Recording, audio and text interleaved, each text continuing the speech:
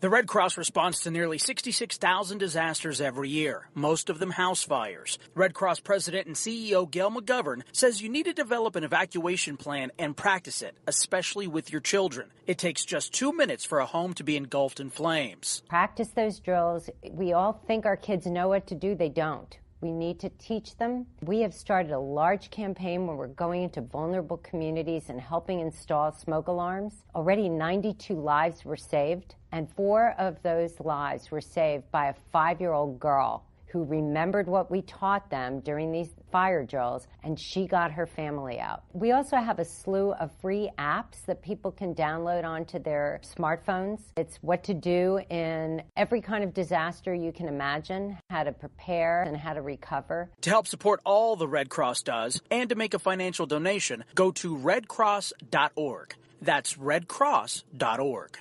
See that cute little dog in the pet store window? Chances are it came from a puppy mill. A breeding facility that forces caged, neglected, and often sick dogs to churn out puppy after puppy to be sold for profit. Meanwhile, millions of wonderful, healthy pets end up in animal shelters. This leads to the killing of more than 9,000 by the end of today. But with one simple choice, you can help. Just by deciding to adopt instead of purchase your next pet.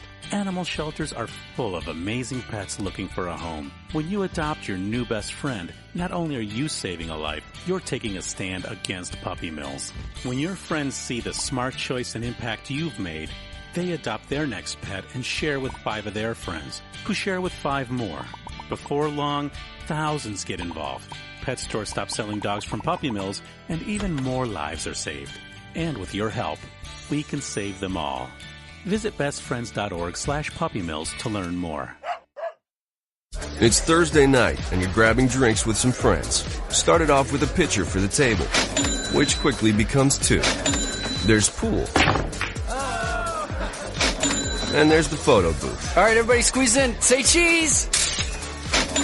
Followed naturally by an order of wings. And another. Can we get some extra ranch sauce? Then there's the ceremonial nightcap. So what are we doing this weekend? And lastly, it's back to the car, which, if you're buzzed,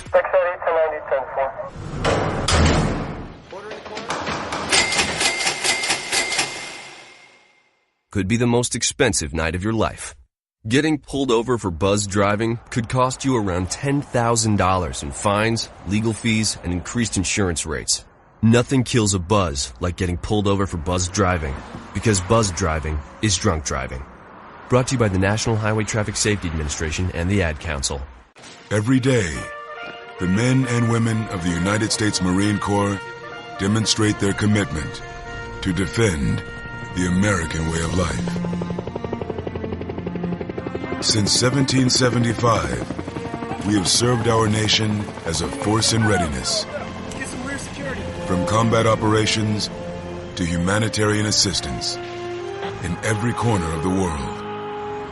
No matter where the mission takes us today or wherever our country needs us tomorrow, we always remember the land we call home. As Marines, we take a stand for each other, for our nation, for us all. The few, the proud, the Marines.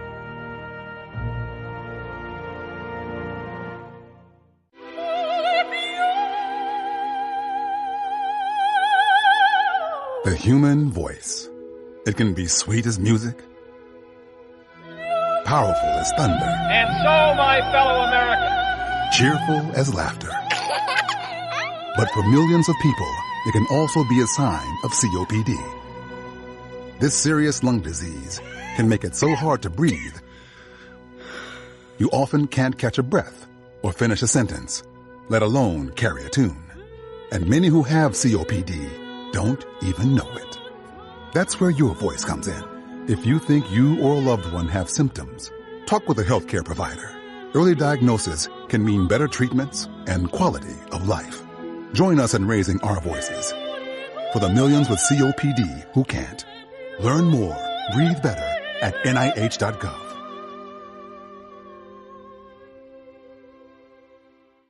As a mother, you don't want to have to worry about this bill is coming, but then she needs this chemo.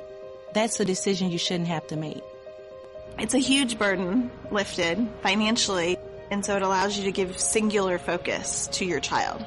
I've never known a hospital that takes care of their patients so thoroughly. That was the first thing I was like, how are we going to do this? When they told us that we didn't have to pay a single bill, I was like, wow, they pretty much have saved us. It's like the world has been lifted off of your shoulders, and now your focus is supporting this child. There is not another hospital like St. Jude. The patient care is unmatchable.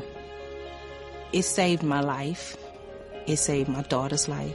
It saved our family. St. Jude Children's Research Hospital. Finding cures, saving children. Learn more at stjude.org. The following program is closed captioned for the thinking impaired. Zinc Media. Feel the power of knowledge.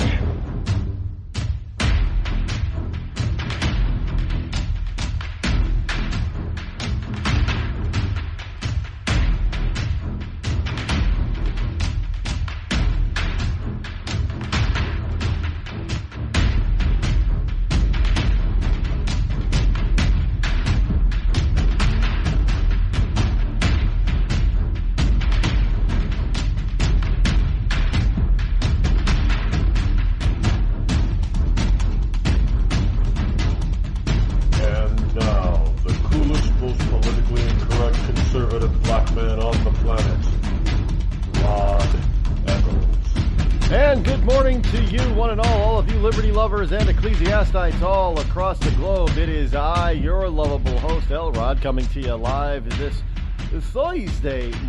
Thursday, which is now October number 5 in the year of our Lord 2017.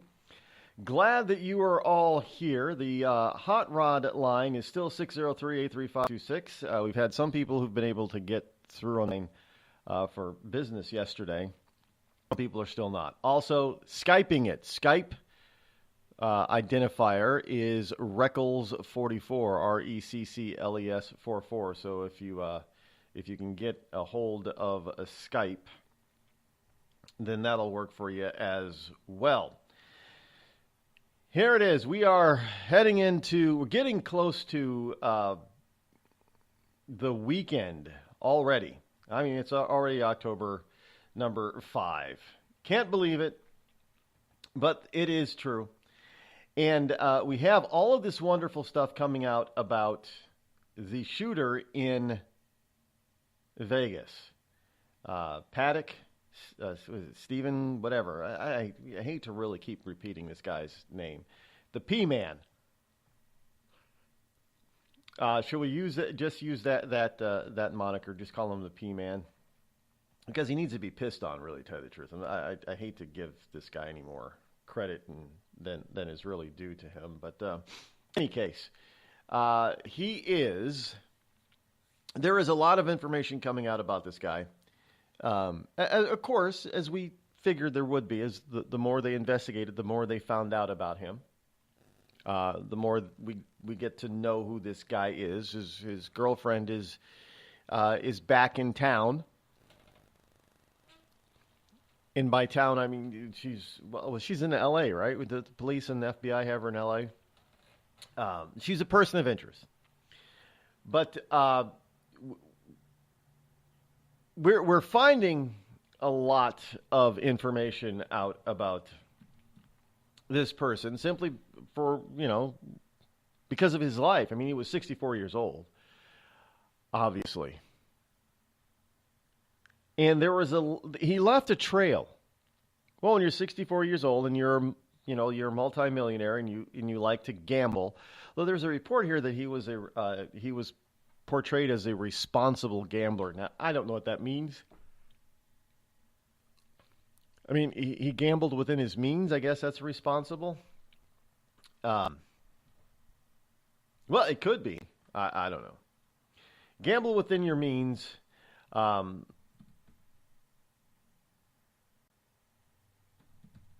Meaning, if you're a millionaire, I guess you can gamble, $100,000, and as long as you can pay the bills, then you're good to go.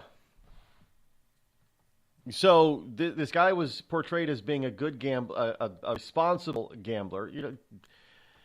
I love how they do that also.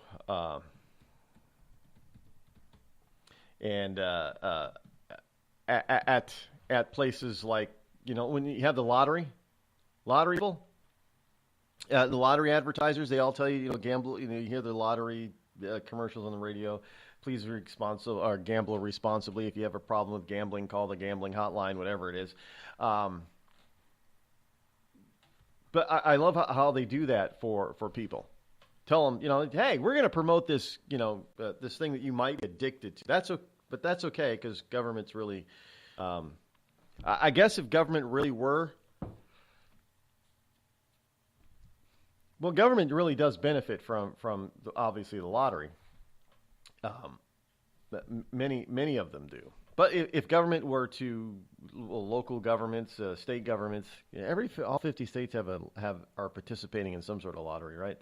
But even if benefit highly from that, which is why I'm surprised they don't allow for advertising ads. Well, that isn't because of money for that. Well, it is because of money. They need the money. But excuse me, getting some coffee this morning. But as we continue going on and learning more and more about this guy, what we find out is that he was kind of, well, I guess you could say he was complicated, but he was meticulous. I mean, this is something, as I said, you've got all the wonderful law enforcement agencies out there, all the talking heads telling you that obviously this was a well planned out, well thought out process. There was another concert I guess Ariana Grande had a concert, about a week before this one? And evidently he tried to, well, according to, I know, the wonderful news source Inside Edition, you know the program that Bill O'Reilly once ran, or wasn't he the anchor of that like 20 years ago? I think so. But anyway, I think that's where I first really saw and found Bill O'Reilly. I think he was Inside Edition. But the tabloid half-hour news magazine or magazine show on in the evenings just before prime time. Well, they had a story that he evidently the P-Man tried to rent or lease a condo that overlooked the open lot where the Ariana Grande concert was being held. And he was unable to do that. So as I said, this guy was looking for stuff. This wasn't a spur of the moment thing. Because, I mean, that's what they try to make this sound. Oh, yeah, he had all these guns. It was a spur of the moment thing. No, it was not a spur of the moment thing. No way, no how. This was well thought out and well planned. In fact, obviously he had scoped various locations to do his dastardly deed. Now, if he was looking to hit a concert that was bigger than this one, but the only thing that stopped him is that he couldn't rent the condo. Nobody would rent him a condo that overlooked the concert venue. And what I hate the most, though, is you get these reporters on there and they were acting all scared and I was here at this concert. Can you imagine? He almost rented that. It's a little bit phony to be scared after the fact and try to insert yourself into the tragedy. You were in danger. You weren't in danger. He didn't get the condo. He didn't shoot it up, the place that you were at. You weren't in danger. Obviously, you weren't almost in. I know people try to, they want to be a part of tragedy somehow to try to, to connect. But no, you weren't. I mean, that's about as bad as saying, well, I arrived in Las Vegas when the shooting started. Can you imagine if I arrived earlier? No, I can't imagine if you arrived earlier. Would you have gone to the concert? No, I didn't have tickets. I wasn't going. Then you weren't in danger. I mean, well, I was in Las Vegas when the shooting started. Yeah, so what? Las Vegas is huge. What I'm trying to do is I'm trying to make sure that people understand that when they try to place themselves in danger in an area in which they are never in danger, it diminishes the act of the people and the people who actually had to go through with it. I mean, my God, all I got to say is, well, look, if I want to insert myself, yeah, I've been to concerts before like that, where there have been tall buildings around the concert arena. He could have been at any one of those at any time. No, that's ridiculous. And we have the media that perpetrates this for us. It fans this flame when you get reporters that say, yes, I was at this Ariana Grande concert a week before when he tried to rent that room. Big deal. There's a ton of stuff going on around us that we don't know about, that criminals are doing or trying to do. And they don't succeed for one reason or another. Are we going to run around thinking, well, oh, geez, I was there or I was here and he could have done this and he could have done that? And you can't do that. You can't insert yourself to a real life tragedy by pretending that to put yourself in danger in another arena or area that there was no danger. But this is what a lot of politicians do as well. You got Tim Kaine out there. I mean, what adult this guy is. Hey, Tim Kaine, can you imagine if? No, Tim, we can't imagine if. Because he didn't have something. What he did have is he had some ingredients. Now, I don't think he had all the ingredients. Evidently, he had some ingredients to make a bomb. Now, evidently, making a bomb was on his mind. Thank God he didn't use it. Thank God he was unable to for whatever reason, he was unable to make the bomb. I don't know why. I mean, it got some stories here that the sheriff thinks maybe this guy wasn't acting alone. Now the sheriff is saying he didn't act alone. Did I not say that? Didn't I ask the question, why so many guns for one guy? That doesn't make any sense. Why did he have bomb-making material for one guy? All of this stuff, for one man. I'm like, it doesn't pass the smell test for this just to be a single-man operation like this. This well planned out, too. But in any case, by the way, I've gotten access to a picture. It's a very graphic picture of the dead shooter, of him after the police stormed the room and they took his picture, I guess, and they released a picture. And the funny thing is, I know it's graphic, but when you look at it, because we've been so desensitized with movies, graphic movies, it's not very shocking. The picture is not shocking. Now, I'm sure, for most people, if they were to actually see this guy lying in front of them, shot up like that in the head, it might freak most people out. But to see it in a picture on a TV, on a screen, like a computer or a television, it's not all that shocking. To tell you the truth, it's not all that gruesome. But we'll post it on rodeccles.net later this afternoon. If you want, we'll put up the caveats. We'll set it off on a separate page and let you know that it's graphic. If you want to preview, now this is not. I'm not glorifying this guy at all. But there are some people that are saying, well, he's not dead. Like, well, yeah.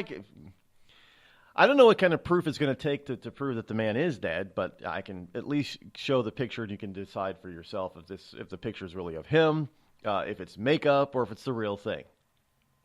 Okay? I can't make decisions for you. I can only present items and evidence to you, and you have to decide for yourself. But you might be surprised, especially if you're into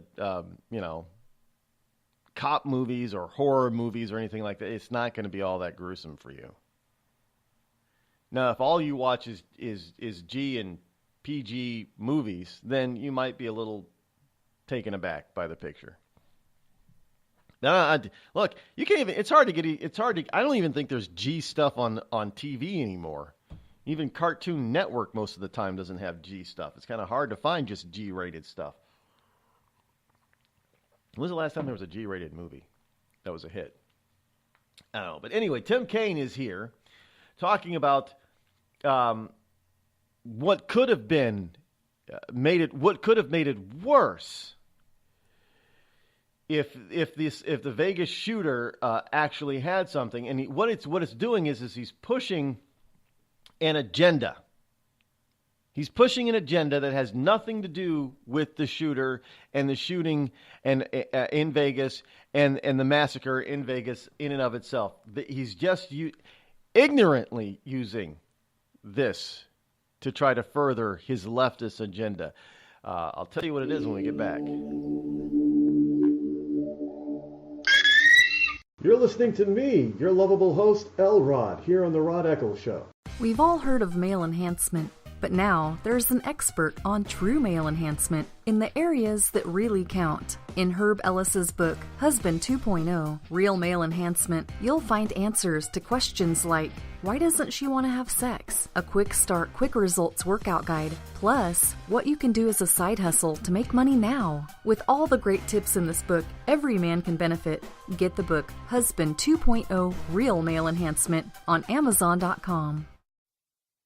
Tired of paying outrageous prices for Viagra? Well, we have great news for you. Now you can finally get Viagra at huge discounts. Healthy Man allows you to save up to $500 on Viagra. Why pay U.S. pharmacy prices of $15 per pill or more when you can get Viagra for less than $3 a pill? Call today and get 40 Viagra pills for only $99. This can cost as much as $600 at your local pharmacy. You can't afford not to call us. If you want Viagra at the lowest prices, never pay $15 a pill pharmacy prices again. Get Viagra for less than $3 a pill. Call 800-595-2614 today and save up to $500 and get 40 pills for just $99. Healthy Man is fast, easy, and affordable. Operators are waiting at 595-2614 to take your call now. Call 800-595-2614. That's 800-595-2614. Again, 800-595-2614. It started with a knock, but it wouldn't end there. What happens in the story next, many wouldn't understand, and most wouldn't believe. 5 + 2 = Perfection by Samuel Rosette Jr. is a must-read. The scriptures within are reminders of the ancient past, and yet intriguingly infuses with texts which stand on the edge of the stage of relevancy.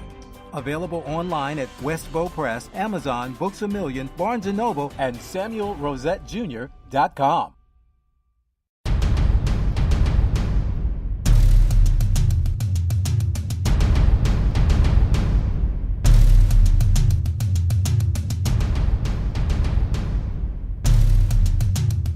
Welcome back, and for those of you who don't remember Tim Kaine, you're probably saying, that name sounds familiar.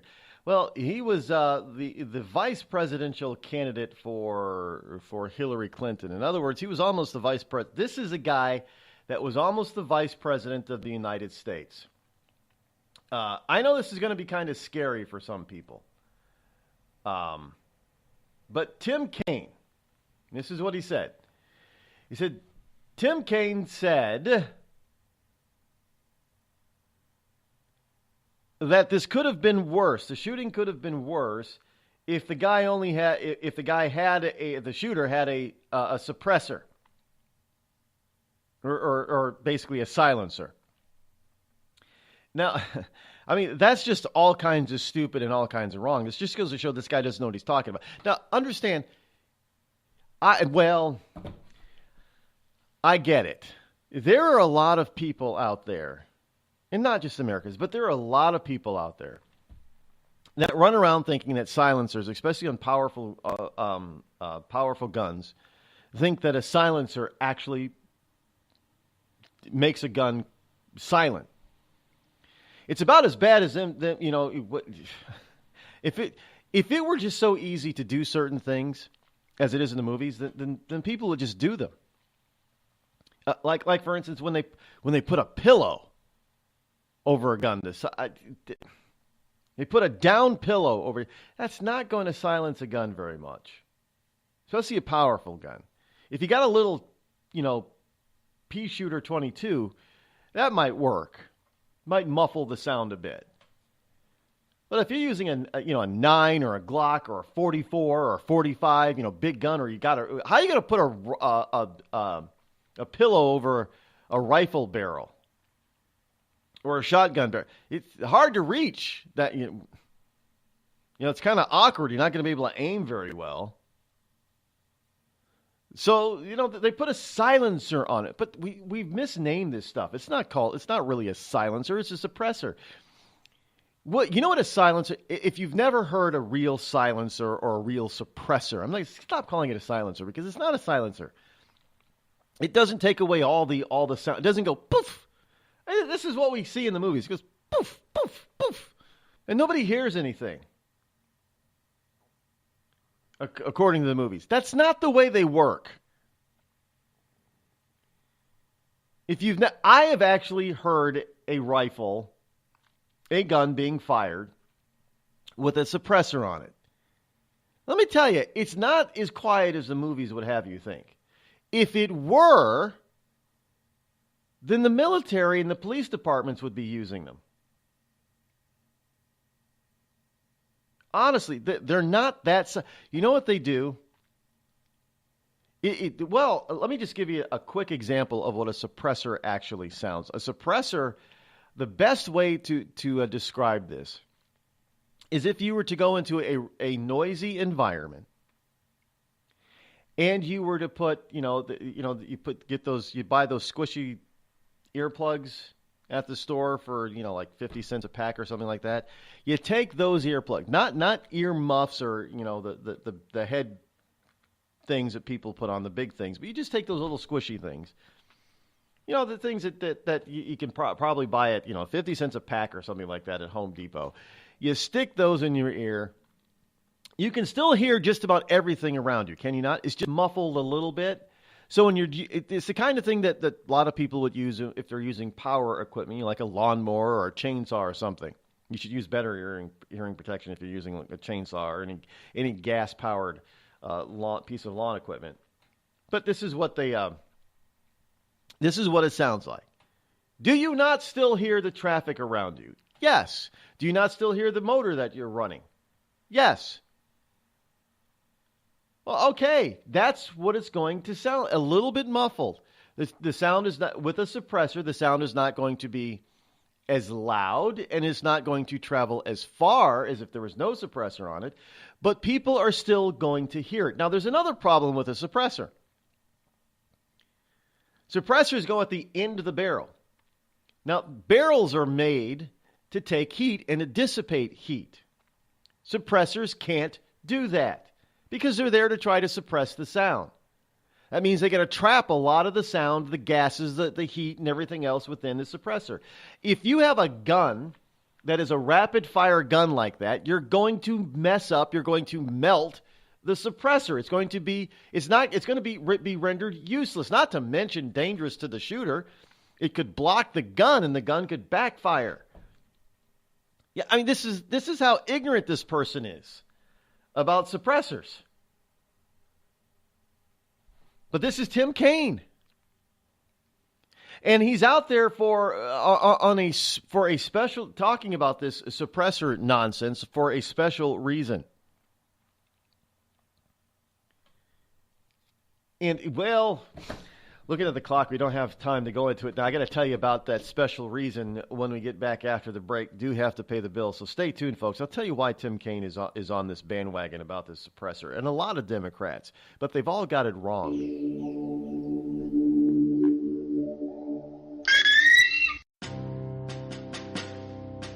On the battlefield, there's a saying America's military men and women live by. Never leave a fallen warrior behind, ever. Off the battlefield, Wounded Warrior Project operates with the same goal. We leave no warrior behind. Wounded Warrior Project is a non-profit organization created to help our men and women returning home with the scars of war. Whether those scars are physical or mental, we're here to make sure that they heal. And whether it's helping those with post-traumatic stress disorder live a normal life again, or giving much-needed support to injured warriors in veterans' hospitals. Because no one deserves our help more than the men and women who risk their lives to keep us safe. Wounded Warrior Project. We never leave a fallen warrior behind. Ever.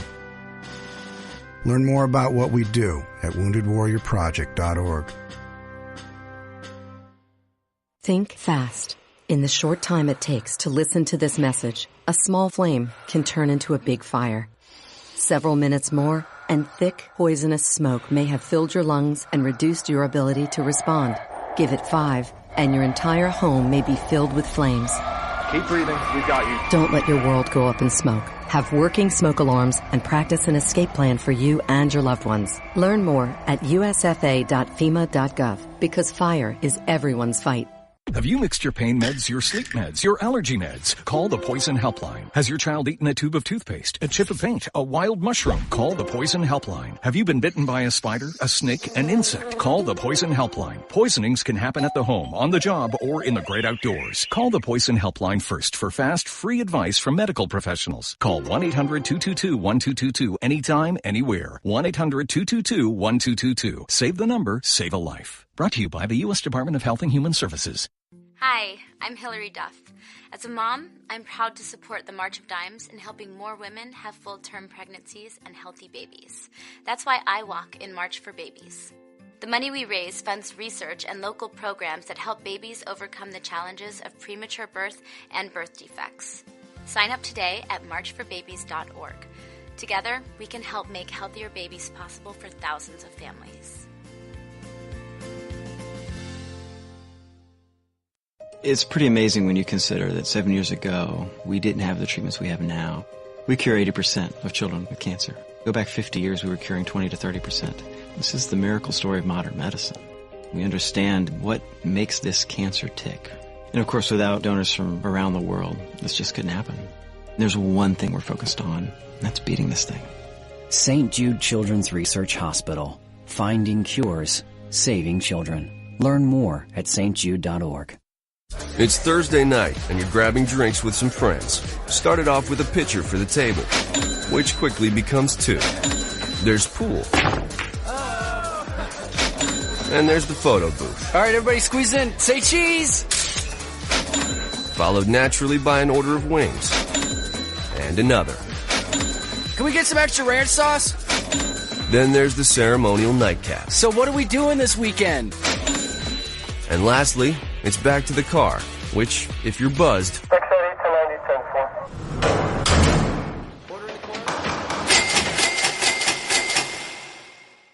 could be the most expensive night of your life.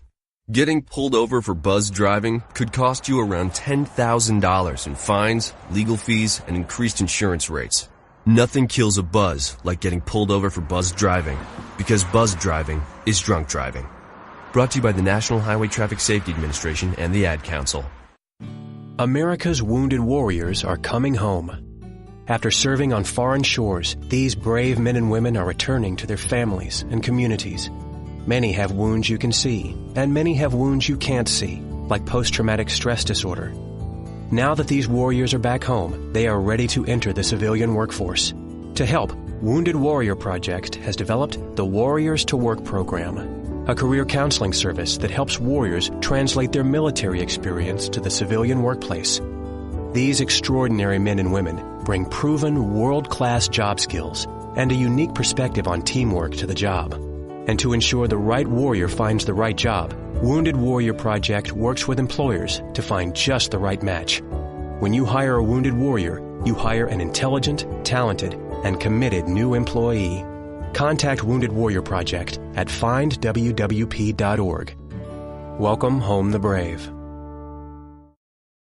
You're listening to The Rod Eccles Show. Let truth be told.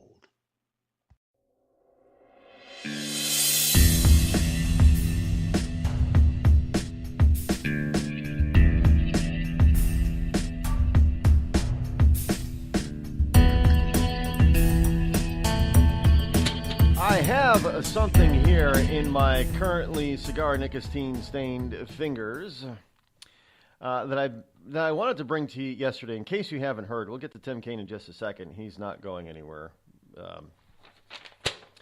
Here it is. If you have little children in the room, you probably that are listening in, and I know that there are little kiddies listening every once in a while.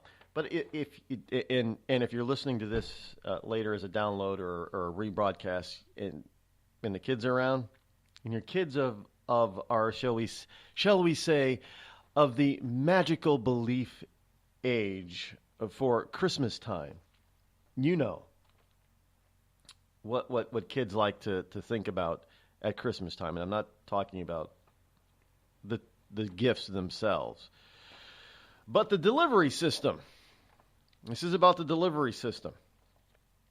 And they probably shouldn't be hearing this. Just saying. I'm giving you the chance and warning you for, if your kid can hear this and understand this, and he's probably, I don't know, how old, 3rd grade or younger? 8 or younger? You probably want them not to hear this part. Yes, it's about St. Nicholas. Yes, right here. Archaeologists in Turkey believe they have discovered Santa Claus's tomb. Yes. The original archaeologists in Turkey have made a discovery which could settle a century-old debate, as well as disappoint millions of children around the world. They have unearthed what they say is likely the tomb of the original Santa Claus, or St. Nicholas, beneath the ancient church in Demre, South Turkey. Demre, D-E-M-R-E, previously known as Myra or Myra, M-Y-R-A, in the Antalya province, is believed to be the birthplace of the 4th century bishop, also known as Nicola, or Saint Nicola, Nicola, depending on, Jesus, Jesus, depending on what your language is. Now, according to Samil Karabiaram, the head of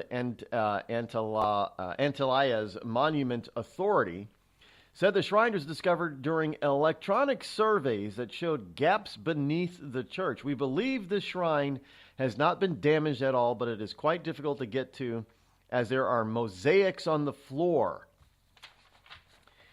He said they were very optimistic about uncovering St. Nicholas's remains, but warned it will take some time to scale each tile one by one and remove them as a whole in a mold. They believe that they have actually, yes, folks, they believe they have actually found the tomb of the original St. Nicholas, the famous bishop that died in 343 A.D. No, I don't use that BCE crap. BC or ACE, whatever, after Common Era, whatever it is, before Common Era. CE, Common Era, and BCE, before. I use BC and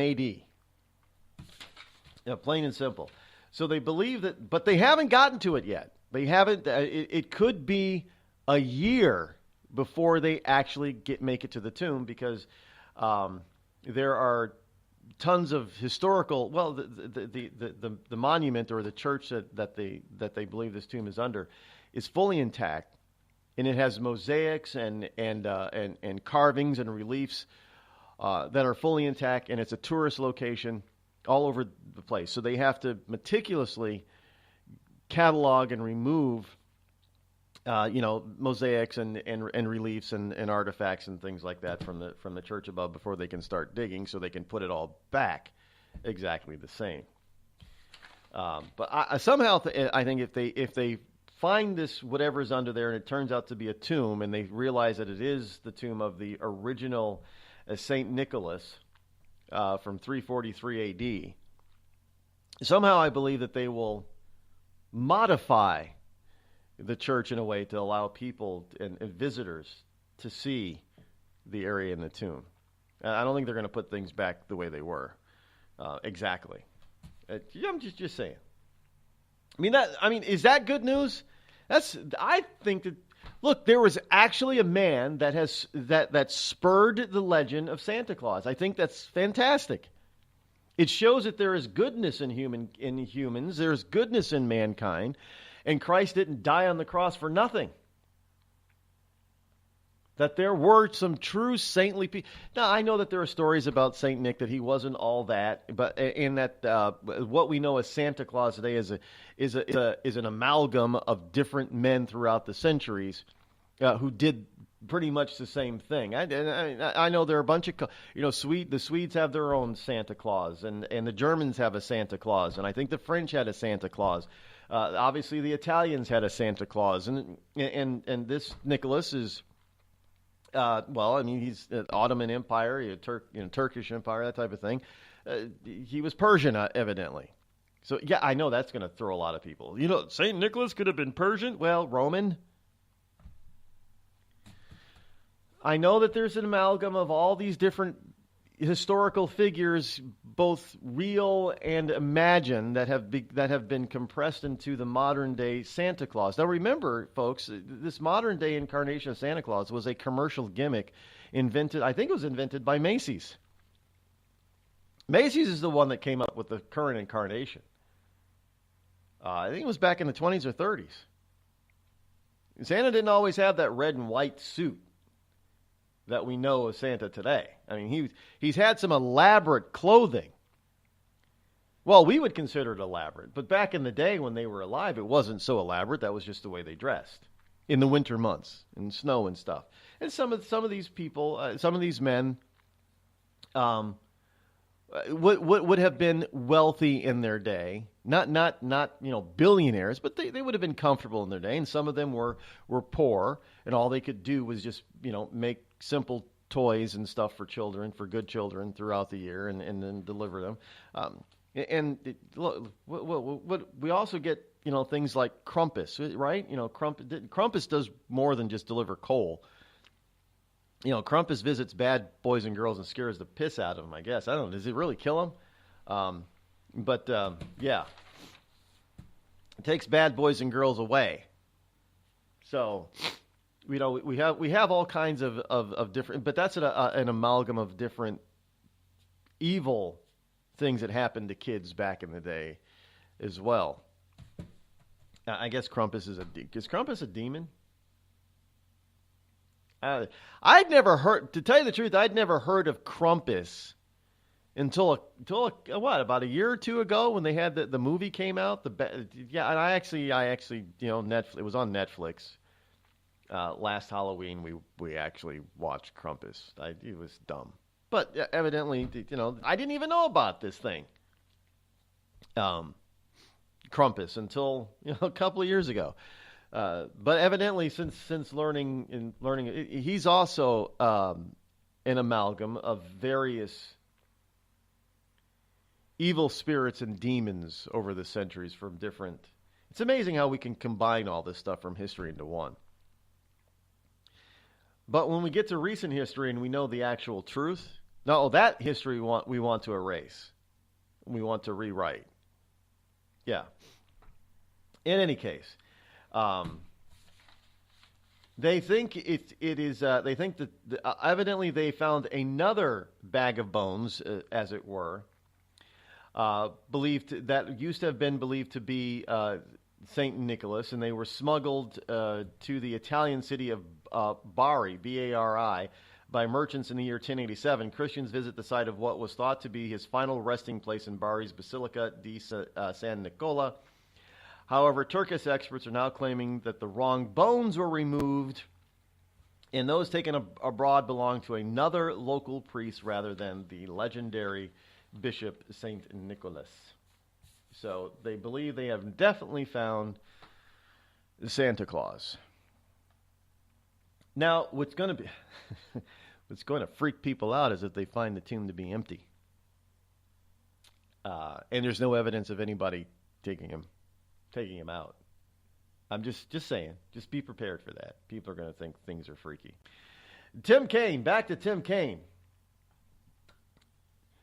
Now, he made his remarks shortly after the horrendous attack took place. This guy, people, notice how nobody's calling Mike Pence a dolt or an idiot. I mean, honestly. I mean, sure, you got the left doesn't really like Mike Pence, especially his stance on gay marriage and gay so-called gay rights and stuff like that. But they don't say things so negatively about Mike Pence because he doesn't. No, I love how they call Republicans the dumb ones, and yet we've had a vice president that opened his mouth and inserted his foot daily for 8 years, and they call this guy brilliant. Yeah, you remember him. Well, this is the guy that almost took his place. Now, I guess we could put ourselves in danger by saying and relating to things that happen to other countries that have bad people in office. We could have had Tim Kaine as vice president. This dolt was running around talking about how the casualties would have been much worse had the shooter used a suppressor.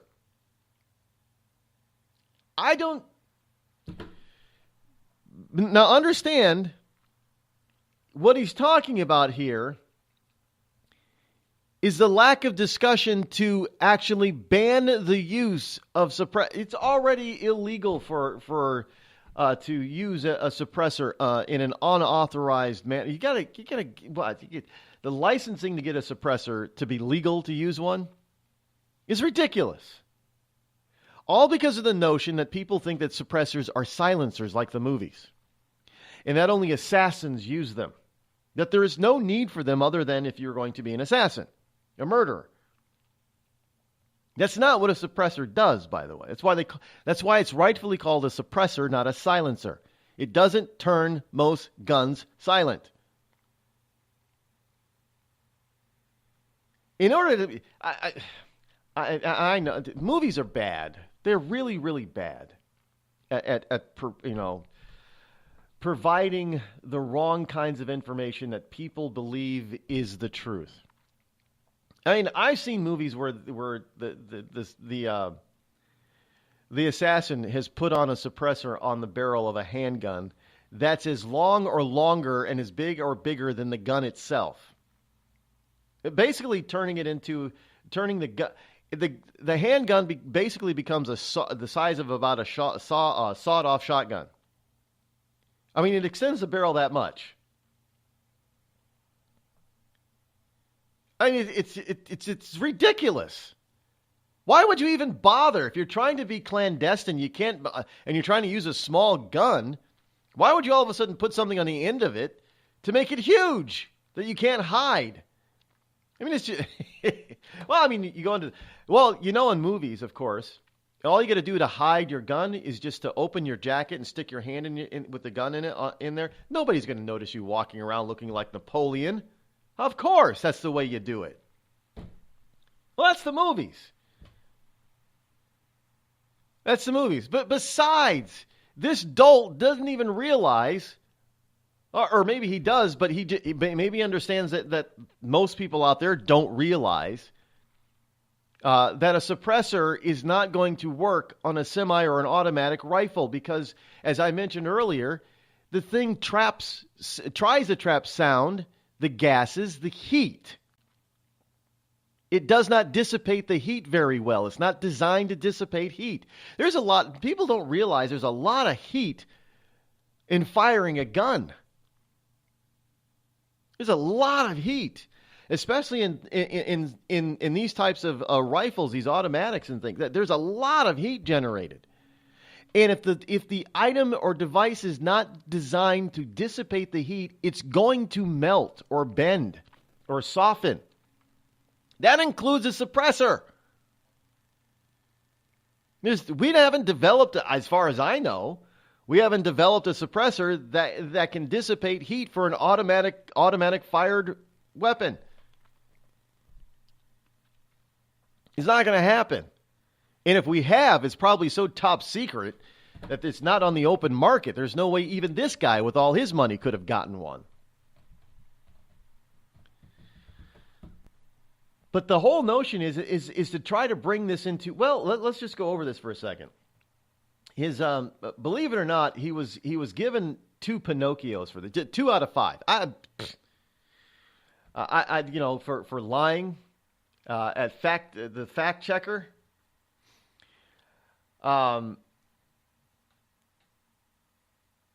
The case in this is the evidence doesn't support Kane's claim that the shooter was only stopped. He said the shooter was stopped only because he wasn't using a suppressor. The evidence doesn't support his claim that the shooter was only stopped because he did not have a suppressor on his weapons. Yes, that's very exaggerated and could leave a misleading impression on people only familiar with silencers in the movies. Could lead, it will lead. In the right kind of misleading interpretation or impression. For the left, the crowd under attack might have had trouble establishing the location of the shooter if he had silencers, but if he fired from a hotel filled with guests who almost certainly would have heard 132 decibels from the floors above and below the attack, as we all know already that somebody directly below the room that he was firing told the police where he was. So if you fact check the entire statement from Senator Kane, almost Vice President Kane, you'll find that if the guy if he just did a modicum of homework, he would not have said, well, he probably would have said what he said, because he realizes that most people, they get their history, their facts, their information from Hollywood, which is YouTube and movies and television. And let's face it, when it comes to guns, most people, unless they actually fire a gun, and the people that Kane is talking to, obviously are a bunch of dolt-headed Democrats that have probably never fired a gun, not even in the Boy Scouts. Oh, they probably hate the Boy Scouts anyway. They don't know what it's like to fire or hear the sound of a real gun. The sound of most guns don't sound like these big, bold things that we hear on TV. You know what they sound? They sound like firecrackers. Why do you think everybody thinks that when somebody shoots off a gun, they say it sounds like, we thought it was firecrackers? Because that's what they sound like. Most guns don't sound like a mini explosion like in the movies. Most guns fired sound like, pop, pop, pop, pop, pop. They sound like mini firecrackers. And it's not hard to get the sound. All you got to do is listen to sound that comes from war zones. When we get newsreel footage back from war zones, that the soldiers are shooting off high-powered rounds from their automatics and semi-automatics, and it sounds like firecrackers.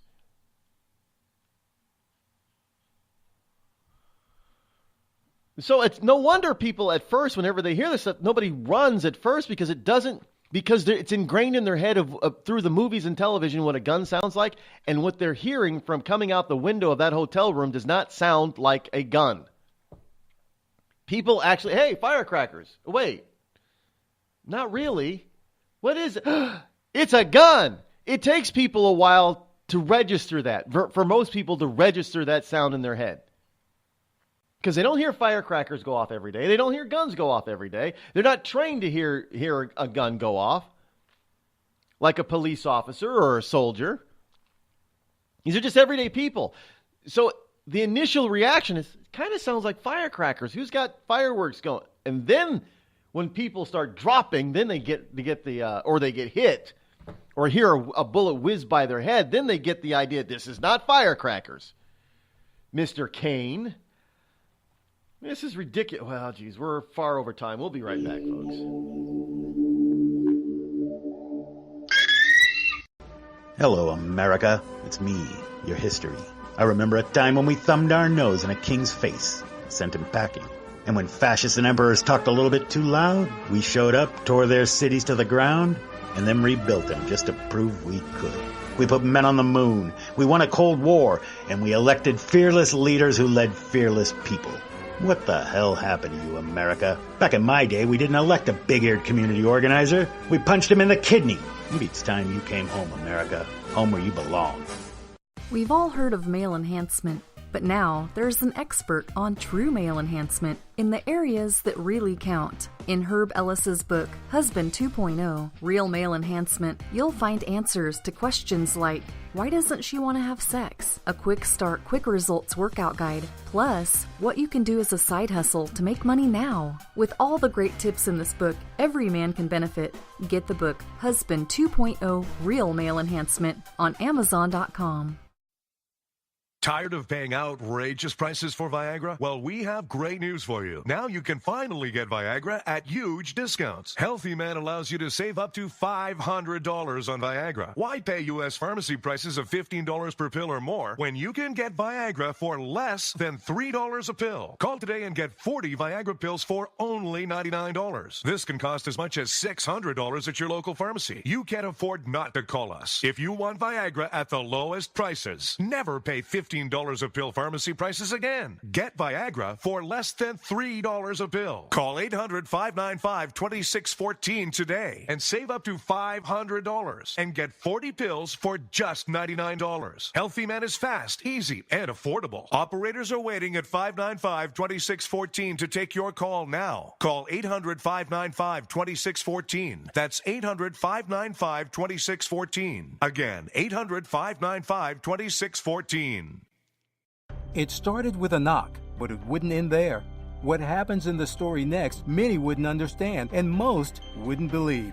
5 + 2 = Perfection by Samuel Rosette Jr. is a must-read. The scriptures within are reminders of the ancient past, and yet intriguingly infuses with texts which stand on the edge of the stage of relevancy. Available online at Westbow Press, Amazon, Books A Million, Barnes & Noble, and SamuelRosetteJr.com. This is Free America broadcasting on the Rod Eccles Show with a message to all patriots trapped behind the lines in California, New York, Boston, and Chicago. Don't give up, true lovers of America. Even as we speak, moves are being made to drive the invaders back to the land from which they came. Defeat the would-be dictators and lift the chains of tyranny from around your neck. Stay strong. Stay brave. You're not forgotten, and you're not alone. Until next time, patriots, this is Free America signing out.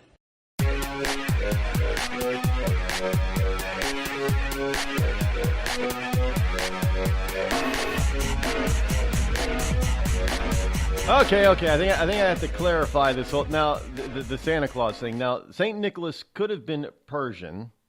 Now it was at the time 343 AD would have put him smack in the middle of the Roman Empire, of which later Persia became the Eastern Roman Empire.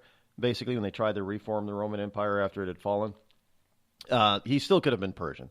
But it was part of Rome. It was the Roman Empire. He could have been Italian. I don't know what, Bishop Nicholas' name really was, to tell you the truth. None of the stories I've read about him actually say. I don't know where he was born. Didn't know that he possibly could have died and been sent to Turkey either. So, but in any case, he could have been Persian. And the clothing, obviously, for the bishops of the Roman Catholic Church at the time, where he was, could have been Persian stuff. But he was, just because he was in Persia doesn't mean that he was Persian, is what I should have said, but he could have been. I don't know. These guys are, well, it is what it is, folks. We'll be back.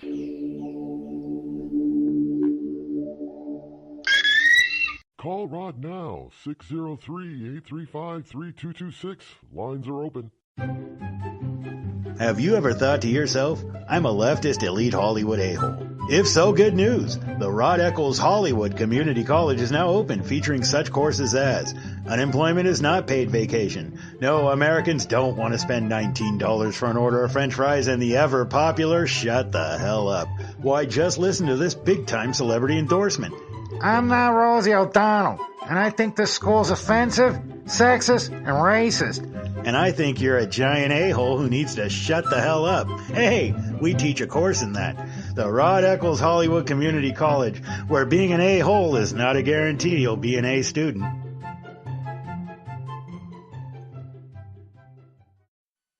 I considered suicide so I wouldn't put my family through all the pain. Many of our warriors are returning home from the battlefield, only to face a new war as they struggle with devastating injuries. At Wounded Warrior Project, we understand. We're there to help. Even though you think you're broken, you're not. It's the physical and the emotional healing that Wounded Warrior Project provides. With a gift of just $19 a month, you can join Wounded Warrior Project. You'll help provide critically needed programs and services that rebuild lives. Beautiful. There you go, buddy. The ongoing needs of our wounded and their families will continue for many years to come. Now is the time to show your support. Call now or go online with your gift of just $19 a month, and we'll send you this Wounded Warrior Project blanket. It made me feel that there's people out there that care about us. After this event, we can finally maybe start to heal as a family and move forward. We need your help. The families are hurting. For many of our wounded heroes, the greatest casualty is being forgotten. That's why your gift of just $19 a month is so important. Please call or go online right now. Think fast. In the short time it takes to listen to this message, a small flame can turn into a big fire. Several minutes more, and thick, poisonous smoke may have filled your lungs and reduced your ability to respond. Give it 5, and your entire home may be filled with flames. Keep breathing. We've got you. Don't let your world go up in smoke. Have working smoke alarms and always stay in the kitchen when cooking at high temperatures. Learn more at usfa.fema.gov, because fire is everyone's fight. And now, a message from the American Migraine Foundation. It's an absolute nightmare. I was terrified. It was like your head's gonna explode. Migraine is a disabling disease. Just all of a sudden couldn't see. Migraine has ruined my life. Absolutely terrifying. There's pain that does not stop. It's a throbbing, pulsing, banging, hammering feeling in your head. 36 million Americans suffer. I started getting migraines around 5 years old. Just takes over everything. I feel trapped by migraine. It hurts like my head's gonna fall off. And the whole world around you stops. My world has gotten small. You feel like the world's closing in on you. There's nothing you can do. I had spent a year housebound. It's like you're trapped in your head. There's no escaping it. You can't leave your body. Don't suffer alone. Make your move against migraine. Visit AmericanMigraineFoundation.org to find help, learn more, and get connected. It's Thursday night, and you're grabbing drinks with some friends. Started off with a pitcher for the table, which quickly becomes 2. There's pool. And there's the photo booth. All right, everybody squeeze in. Say cheese! Followed naturally by an order of wings. And another. Can we get some extra ranch sauce? Then there's the ceremonial nightcap. So what are we doing this weekend? And lastly, it's back to the car, which, if you're buzzed,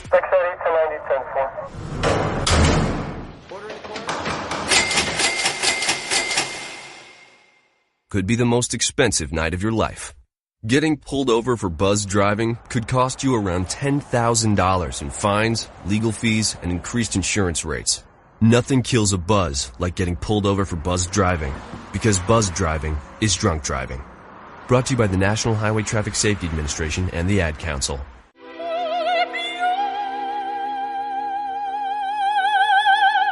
The human voice. It can be sweet as music, powerful as thunder, And so, my fellow Americans, cheerful as laughter. But for millions of people, it can also be a sign of COPD.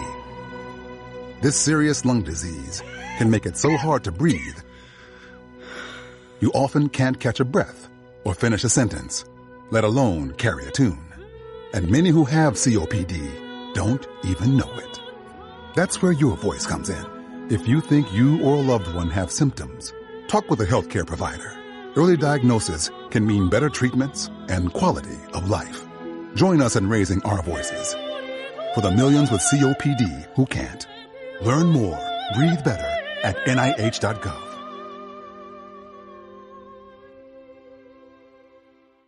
Every day, the men and women of the United States Marine Corps demonstrate their commitment to defend the American way of life.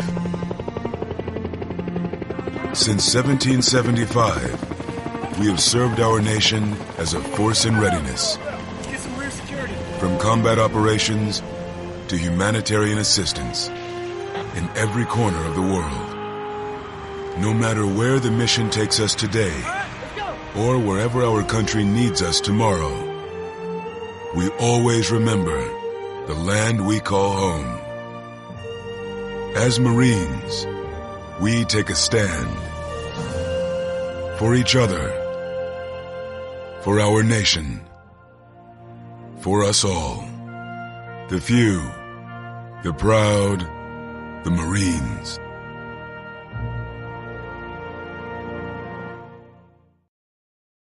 Zinc Media. Feel the power of knowledge.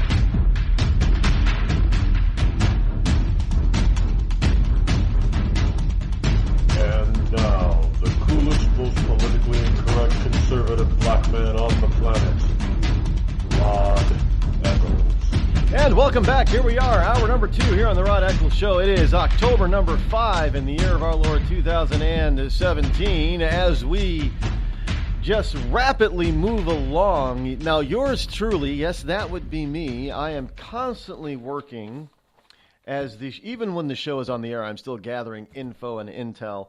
And people are sending me stuff, and I go and quickly, during the time allotted, try to view and scan things as quickly as I possibly can.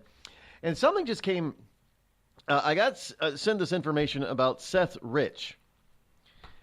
We'll get back to Tim Kaine. I'm not done with Tim Kaine yet. Trust me. We'll get back to him. Stay with me, folks. This is important stuff here too. It's something I'm not quite getting on this information about Seth Rich. The Department of Justice wants records of Seth Rich murder released. Now, this response comes from a FOIA, Freedom of Information Act case brought by a Texas attorney. Now, okay, fine.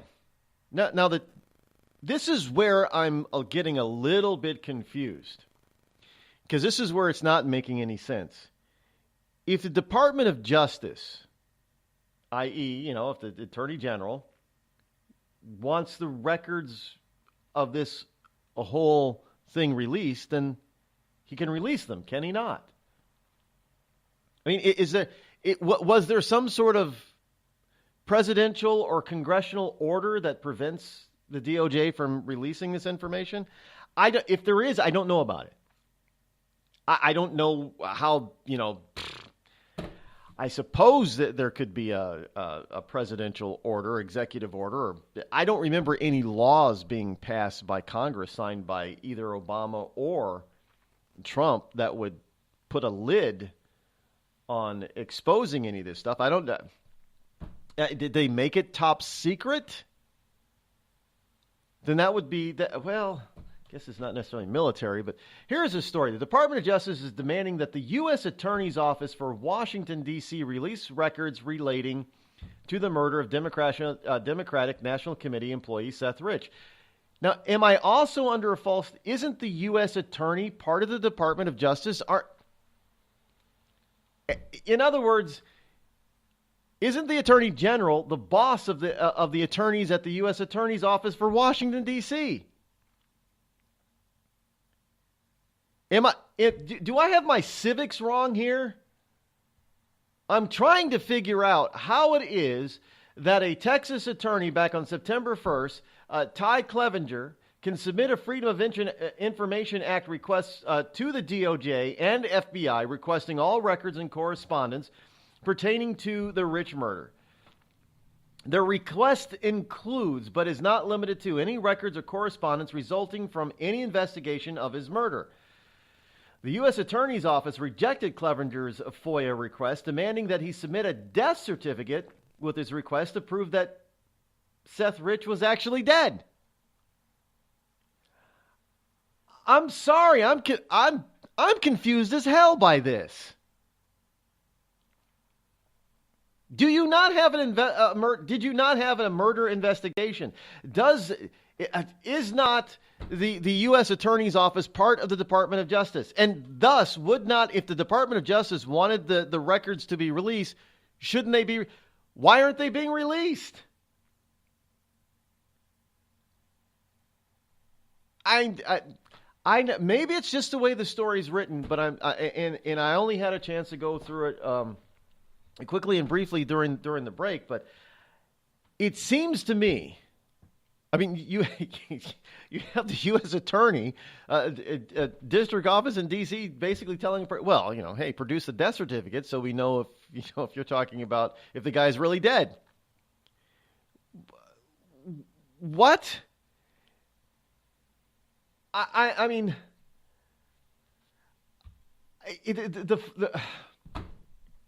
I don't understand this. It shouldn't even be a story. Other than the fact that the story should be written in it. This is how the story should actually be written. Maybe I don't know. It shouldn't even be a story this way. But here's the story. The way it's written and the way I perceive it, and I'm sure a lot of people will perceive it this way too. I don't know. Maybe I'm just because I read it too fast and I'm just an idiot. I'm adult. I don't know. But it sounds like in the story, maybe it's just the way it's written, that the DOJ is demanding that the information be released because it's still not being released, but they're demanding that you should. So like they have to go to court to get it released. Here's the way it should have been written. There was a FOIA request for this information. The U.S. Attorney's Office in Washington, D.C. rejected the FOIA request because of whatever stipulation, including that he needed to, the attorney in Texas needed to provide a death certificate to show that that Rich was dead. The Attorney General's Office, the Department of Justice, overrode the denial, and the information has been released to the attorney that has requested. But that's not the way the story is written, which is what confused me. But no, let's just take this a step further here, folks. Let's carry this further. We have a government that is in such flux that it seems like there are a bunch of people in our government that don't know how things work. And I'm not talking about Trump. I'm talking about a bunch of experienced long-term people. There are people there that think that their actual boss is not their actual boss. I mean, for instance, you've got congressional leaders. Oh, well, then I'm sorry, I don't call them leaders. You have senators and congressmen who think that the president cannot fire the special prosecutor, Mueller. Well, he works for the Department of Justice, which is part of the executive branch, which the president is the CEO. You have these people in Congress that think that the president needs to get their permission before he can fire any cabinet level member or anybody, like the FBI director. You know how they all threw a fit? He can't fire Comey. Well, yeah, he can. So we have lots of people, obviously, who do not understand how our government is structured and who's the boss. at various levels of government. So could it be, now me understanding this and looking at this historically on D.C., I'm going to defend myself by saying it is pretty easy to see how I could get confused by the way this story was written, that somebody didn't understand that the Attorney General is the boss of the U.S. Attorney General and the U.S. Attorney, and the U.S. Attorney was defying the Department of Justice. It wouldn't be the first time, obviously. So maybe I was reading too much into it. But when you're dealing with Washington, and especially the recent history of Washington, D.C., it makes you wonder, why is it so difficult for a citizen, an average everyday citizen, under the law, the Freedom of Information Act law, that is a law. That's a real law, by the way. And yet we have government officials that think that they can skirt it and ignore it and deny that law all the time. They can't. There are only limited reasons for a denial of a FOIA request. There are only limited number of reasons that you can give back to say, well, you need to prove why you want this information. Needing a death certificate in this particular case is not one of those legal reasons. And this is just insane. We have people in our government that think that they're above the law, that they're above government, and they don't know how our government is structured. They don't know who their boss is. Ultimately, the boss is we, the people, but they don't know within the government who the boss is. They don't fully understand in written law and language, in the Constitution and in the U.S. Code, who the bosses are. So, knowing this from these people, it would not be a stretch at all for me to think that somebody in the U.S. Attorney's Office was defying the DOJ, thinking that the DOJ is not their boss, which means that the DOJ was demanding, and it wasn't being released.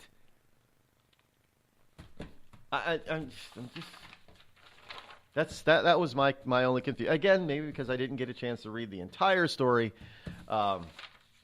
And I didn't get to really digest it properly, but that is my first impression that I got from that story. But anyway, we need to see, if somebody's asking for this information on the Seth Rich murder, I would be interested in seeing what's in there, what's in that report. I mean, is it still an ongoing investigation? I don't know if it's still an ongoing investigation or not.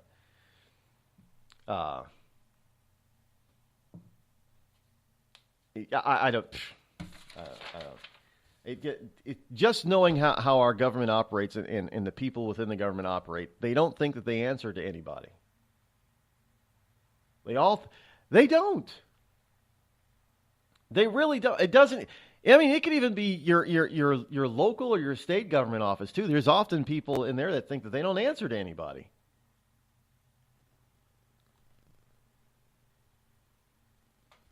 Especially, they don't need to answer to you, the people. I mean, you're the actual ultimate boss, and you're the customer. And these people in government often think that they don't have to give good customer service because they don't have to answer to the customer, and they don't have to answer to their ultimate boss, you. And this is it's more than frustrating. It's infuriating. Now, you ever try to deal now? And this even happens here in New Hampshire, and trust me, New Hampshire is rated a state that has a very efficient state government, and usually it is very clear and very easy to deal because we're a smaller state. You know, we don't have millions of people, so we don't have thousands and thousands of state government employees. So there's a lot less stress on the government employee to perform for the citizen because there isn't that kind of demand. But there are times when you're dealing with the state government or a city government where you get frustrated as hell. Because somebody doesn't know what the hell they're talking about, and they don't think that they need to find out for you. And they send you on a wild goose chase, and by a week later you finally figure it all out, and you're back to the original spot, and you have to prove that they're the ones that they're supposed to be helping you. You say, "Oh, well, you didn't mention this," and nobody takes responsibility for screwing up. Yeah, that can even happen here in New Hampshire. Yeah, generally speaking, New Hampshire is great. State offices, you got to deal with the state government, but every once in a while, just like any other state, there's a screw up, and nobody thinks that they're answerable for their screw up. The worst part is when you're dealing with the federal government agencies, even here in New Hampshire. Oh, that's a whole different story, man. You know that it is so clear, at least here in my wonderful state of New Hampshire, it is so strikingly clear the difference between dealing with the state government and dealing with the federal government here in this state. The difference is night and day. You automatically know from moment one that you're dealing with the gigantic bureaucracy of the federal government as soon as you walk into a federal office building and try to get service from your federal officers. Oh, it's totally different from going into the state or local government. Now, your state, because you might be living in a big state, there might not be that much difference. I can honestly say when I lived in New York, it was hard to tell the difference between going to the New York State offices versus the federal offices. There wasn't much difference there. In New Hampshire, huge difference. The way I see things right now, and the way what I'm hearing from in California, I think the easiest government to deal with out in California isn't the California state government. It's actually the federal government. So it's different state by state, but you will notice the difference in most states. You're listening to the Rod Eccles Show, the coolest, most politically incorrect, conservative black man on the planet.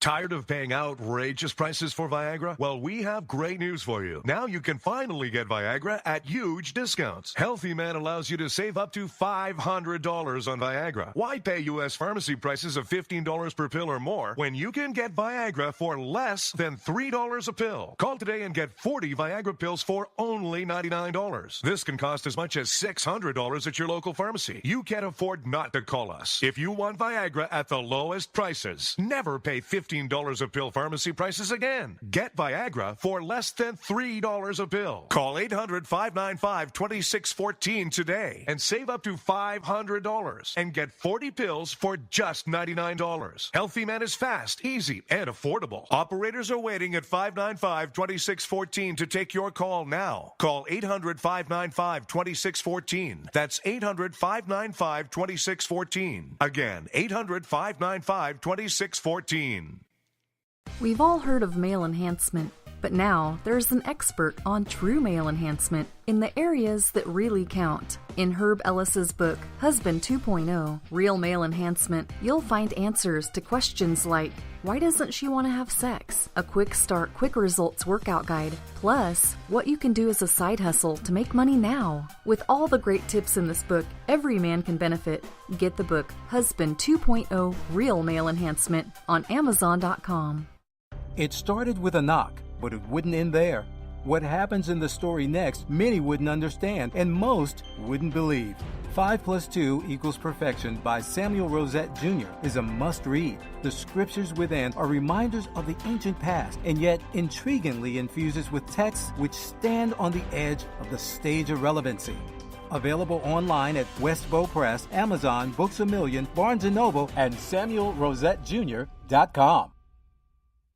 You know, a couple of weeks ago, a long-haired young person came into our bank and said to me, I bet you won't lend me money to buy an electric guitar. Well, he was making $100 a week, and he was over 18, and I said, I bet you I will lend you money to buy an electric guitar. And I did. So what happens? The punk gets busted for possession of dangerous drugs, and we're out $350. There's one thing about kids nowadays. You don't have to give them credit. Universal Bank. We trust you. About as far as we can throw you.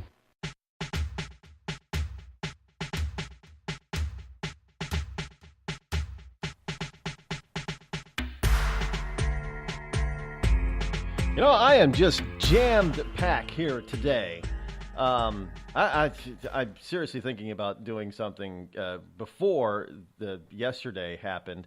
A fourth hour, possibly. Yeah, I know. Rush Limbaugh stole my thunder and he actually did want a fourth hour yesterday. But mine would be free, and I may have to do this at some point in order to clear up the plate. But right now, we need to get into the playlist, which is today's Military Tribute Thursday, and the song. And, of course, next hour we get into military news. But this one is When the Eagle Cries is the title of this wonderful military tribute song. So please sit back, salute and enjoy, and pray for our troops.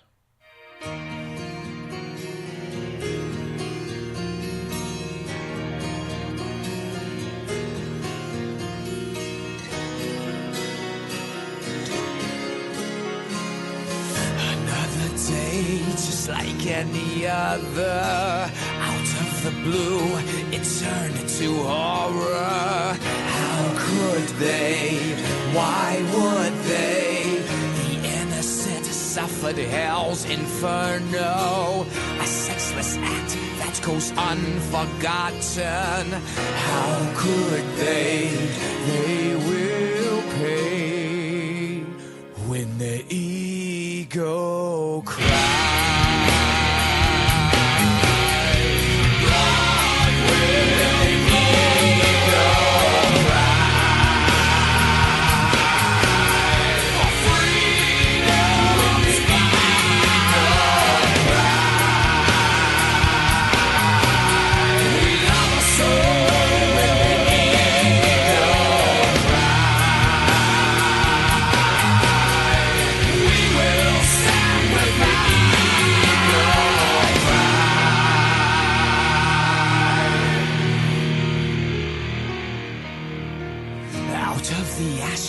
Attempting vengeance, but we are focused, we seek redemption. We are free, we'll stay free. All they've done is make us stronger. The sleeping giant is asleep no longer. If need be, we'll die free. When the eagle cries.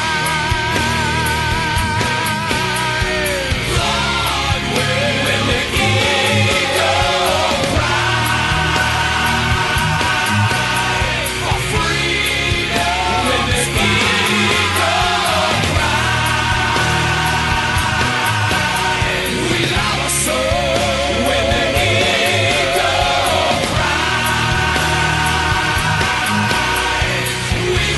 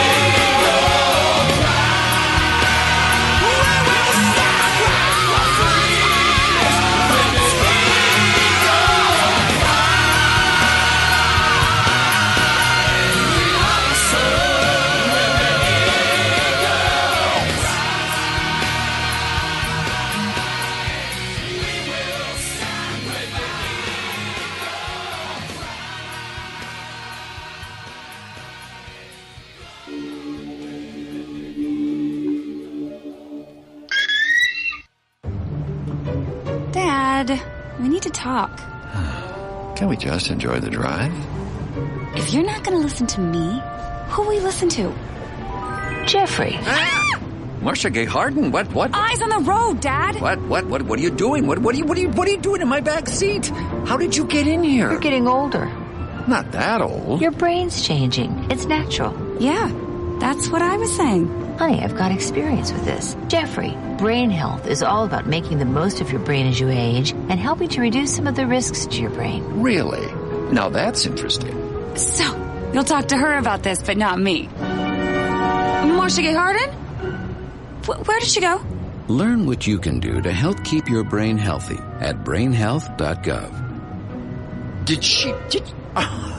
She didn't say goodbye. I mean, I would have. Visit brainhealth.gov.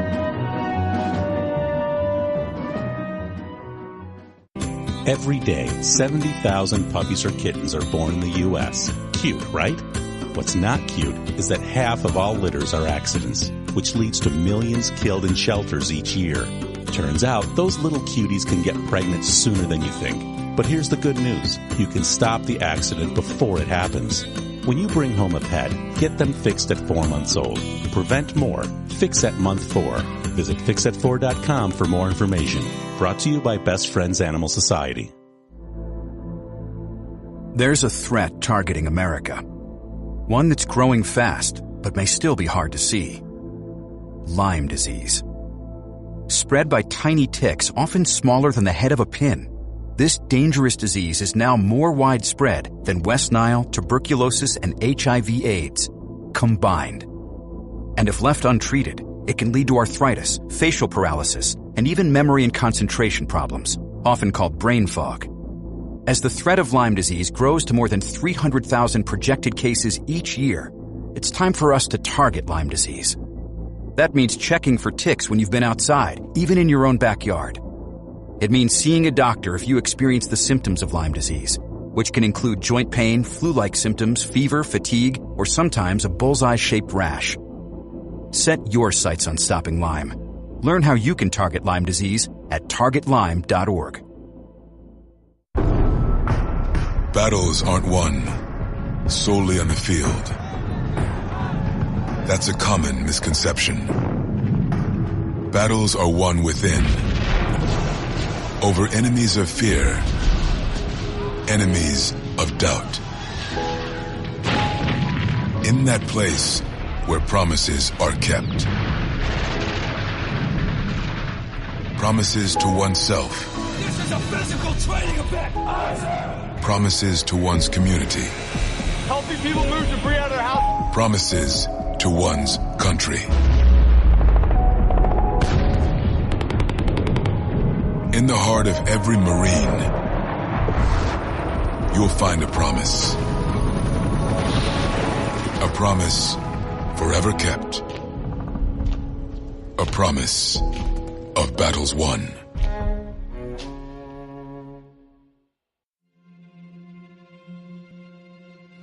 We're here early before they wake up. We stay late, we stay informed, we invest in the latest technology. We take the time to train the next generation of doctors and nurses. We work together to make sure we heal their bodies and their minds. We do this not because it's our job, but because this is about our veterans' lives. This is our mission. More than 300,000 of us working as one, together with families and loved ones. No matter where they live in this country, we'll be there. We all come together and stand together to serve our veterans. We stand strong, united. Stand with us in caring for our veterans. Hi, this is Kelsey Grammer. When military service members head into battle, none are expected to face the enemy alone, but many return home and become isolated as they struggle with the visible and invisible wounds of war. It can be difficult knowing how to overcome that challenge and rekindle bonds similar to those formed in the military. Wounded Warrior Project supports these injured veterans through their recoveries by connecting them with fellow warriors and their communities. No one should fight this battle alone. Join us at woundedwarriorproject.org.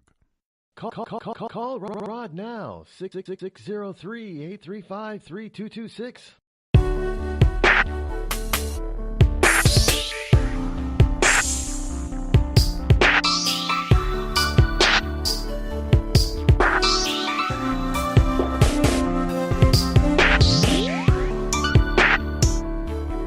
I hope you enjoyed the song When the Eagle Cries. That's our military tribute song for this Thursday, this Military Tribute Thursday. Next hour we have some military news, especially for you military personnel, active and retired and discharged. You're going to want to hear this about somebody who's currently in the military. But what we also have here is continuing with the Tim Kaine debacle, saying that we wouldn't have been able to find this guy as quickly or as easily if he had a suppressor or a silencer on his weapon. Now, first of all, as I mentioned, that there were already people in the hotel that had already given the police the probable location of the shooter before the cops even got there. Hey, look, you're in the room below, the floor below, and you see or hear glass raining down and hitting your window, and you hear shots from above you. Well, you even if there's a suppressor, you can kind of get the idea. Hey, the guy's upstairs here. You're upstairs. You're the floor above, and you hear shots, and you look out and you see people scattering, and you're hearing the shots, and you think, well, it sounds like it's coming from below here. You put the two together, and you figure out what floor. The shots are coming. So if somebody below you is saying it's coming from above me, and the guy above him is saying it's coming from below me, well, I'm on the 35th. Where are you? Or 33rd floor. Well, where are you? And I'm on the 31st. Oh, that means it's got to be the 32nd. Police aren't stupid. They can figure it out pretty damn quick. Not to mention when you couple that with the fact that the smoke detectors in the room went off, because as I have said, when you're firing guns, there's heat and there's smoke. And there was a lot of heat and a lot of smoke from rapid fire. Look, I got a smoke detector in my home that, you turn on the stovetop and you put butter in a pan and the smoke detector goes off. And that's how sensitive these things are. And they're sensitive in a hotel because why? Because they're really trying to catch people who are smoking in non-smoking rooms. And you know how many times people have had their smoke detectors in their hotel rooms go off because they lit up a cigarette? That's true, folks. Ask a hotel manager if that's true. Most of them will tell you, yes, that is true. So if they can pick up that, they're going to pick up the smoke from a gun being fired, a bunch of bullets being fired. That's what happened. So you put, hey, he's below me. Hey, he's above me. Well, what floors are you on? Blah, blah, blah. And the smoke detector's going off. I think they figured out pretty damn quickly what room he was in. And let's face it, even if suppressors didn't melt or would not melt at in such an extreme event, let's just say they were built for that. You still got the heat and the smoke. Would have went off. Still would have went off. And according to some reports, the perpetrator had been dead for a significant period of time before the police finally broke through the door. I guess he'd already ended his life, or attempted to before they broke through the door. So it wasn't as if I don't know what the significant is. It could have been minutes,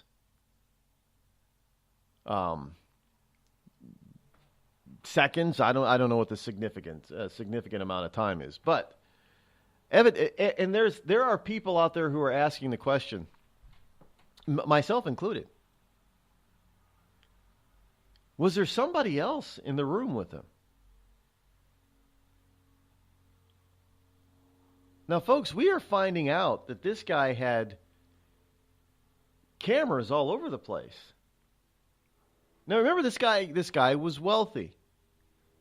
He could afford this stuff. He could pay cash for it. And there were people who are saying, well, he couldn't amass he couldn't get all those guns all at once. Well, it would have been expensive, yes. But again, remember, he was rich. He was wealthy, financially wealthy. He had the financial means. Could he have done all of this by himself? If given enough time to prepare, probably. Remember that this guy, he had the room for at least 3 days prior to the attack.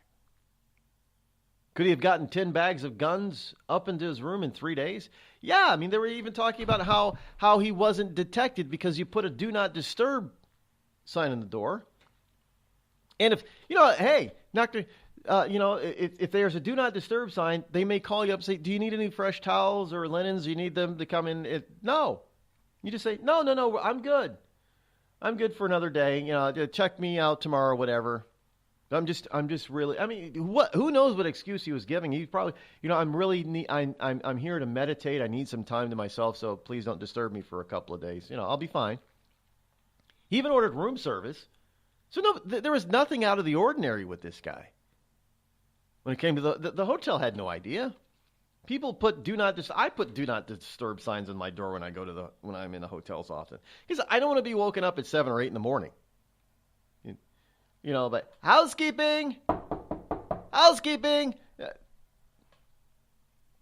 It happens.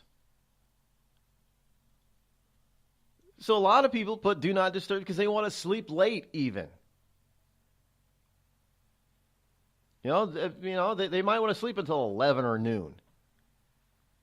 Especially if they've been out until 3 or 4 in the morning partying. So nobody really pays any attention unless they don't hear from the hotel guests at all. It doesn't raise a red flag to have a do not disturb sign on your door for 2 or 3 days. So this guy was there. He was able to bring. Again, you're in Vegas. You know how easy it is to bring in bags with nobody noticing what's in the bags? How about golf? You could put a few rifles into a golf bag. How many people golf when they're in Vegas? Now, I don't know if he had a golf bag or not, but that's look. If you're bringing in guns, you could put your golf clubs in there. And take the golf clubs out, like you're going golfing, come back, you could have a couple of rifles in there, and over a 3-day period, if you can fit 2 guns, you got another 6 guns. I'm sure you could fit more than that. But it's not that difficult to smuggle, especially in large, massive hotels like that. Have you seen the lobby of this place? It's not like, most of us go to a hotel and we're pretty used to the hotel lobby being pretty small and pretty intimate. And it's very difficult to sneak past the front desk if there's somebody's there. We're talking massive hotels with massive size lobbies. There, with all the people that would have been milling about, it's easy. Easy to go undetected, unnoticed. So the questions about how could he pull this off, it's not that hard. Especially if you've planned it out well, which is why I say it was not an overnight thing. He did not just think of this. Which also begs the question, did he have help? Now, I got to tell you, his brother, man, if you haven't seen video, and I'll put some links on rodeccles.net later so you can see from different angles of this guy, of his brother giving interviews. Now, I'm telling you, there is something massively wrong there. And in one of the videos, the brother almost has a slip when he mentions arms. And he cuts himself off. Now, what does it mean? Was his brother an arms dealer at one point? Was his brother smuggling arms? What I'm telling you is that this guy, he gives a slip on the air with multiple news media around him from different angles. If you take a look at his face, when he makes the slip, there is a brief, slight micro expression of, I didn't want, as if to say, I didn't want to say that, or I didn't mean to say that. And he quickly tried to recover and think of something else to replace it. It didn't work. It doesn't work if you know what you're doing, if you know what you're looking at. And really, it doesn't take a whole hell of a lot to figure out that the guy made a mistake and that he didn't mean to say what he said, but there was some truth in it. Just because you say the wrong word at the wrong time doesn't mean that it's not truthful. The actuality is that most of the time, it is truthful. Because believe it or not, humans have to work at being deceptive. We do. Look at a child when they lie to you. They have to, you can tell. Their brain is operating overtime to try to think of a cognizant and believable lie. It takes some effort to lie. It really does. The truth is the truth simply because that's what it is. We don't even have to think about it. A lie you have to think about. And oftentimes, if you're trying to repeat the same lie, you have to go back and think about what you said before so you can try to match it up. Now, this guy just spat something out like it was truthful because, I don't know, it happens every once in a while. When people, it happens more often than you think when people are, they slip out something, they say something that is truthful, and they didn't mean to say it. Because believe it or not, it's hard to lie. I know there are some people that make it look like it's very easy to do, but it really is hard to lie because you have to make it up. When the truth is not made up, it's something that you view that has happened, that is ingrained in your memory. Now, some people, if you tell a lie often enough, to themselves, they actually believe that it actually happened. And we have these these engrams, if they call them in your brain. And if a person actually, this is how some people can be such good liars, by the way. If they actually focus and actually make themselves believe that it's a real event or it's really the truth, you get these engrams where they can actually start pretending that they have seen something that they didn't see, and it actually becomes reality to them. You can't lie to yourself. Yeah, sometimes you can if you're good enough at it, and you do it often enough, you actually start believing your lie. And you actually start getting memories that back up the lie. But that's not something that you can do overnight. It takes time for a lie to be repeated within one's own brain to become true to them. So it's not something that happens overnight. So this guy slipped something. He said something, possibly truthful, that I find to be very interesting that nobody else, now maybe the cops, maybe the police investigators have picked up on it, and maybe they're investigating it. But I haven't heard anybody from the press picking up on it. And yet, there are a lot of people telling me, hey, Rod, did you see this video? Did you see this one? Did you hear this? Did you hear that? People all over the place are picking up on this guy. Like you would not believe. So it's not just me. I thought it was just me. It's not just me, which is a good thing. There is something that the brother knows that the brother's hiding. And there's something that the brother is really, I believe he is really, really scared. There's something he knows that frightens the hell out of him. It could be a threat on him or his family. Who knows? That's a possibility. If this guy was actually, if the shooter was actually tied in with ISIS, and ISIS rarely lies about actions like this. They rarely get it wrong, and they're doubling down that this guy was one of them. And you even got, the sheriff in Vegas saying, yeah, it's possible this guy could have been radicalized. The sheriff is saying all kinds of things now about this guy. That there may be he may have had help. Yes, I have the story. The Las Vegas sheriff says, believes Paddock may have not acted alone. Now, Joseph Lombardo says that at face value, he had to have some help at some point, and we want to ensure that that's the answer. In other words, he wants to find the evidence that that is actually true, which means that this guy believes Paddock was not a lone sentinel.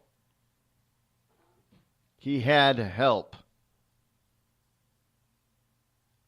Folks, I mentioned this 2 days ago. I said, with all those guns, mentioned this yesterday, with all the bump stocks on all the guns, why would he have all those guns and those bump stock guns if he was going to be the only one shooting?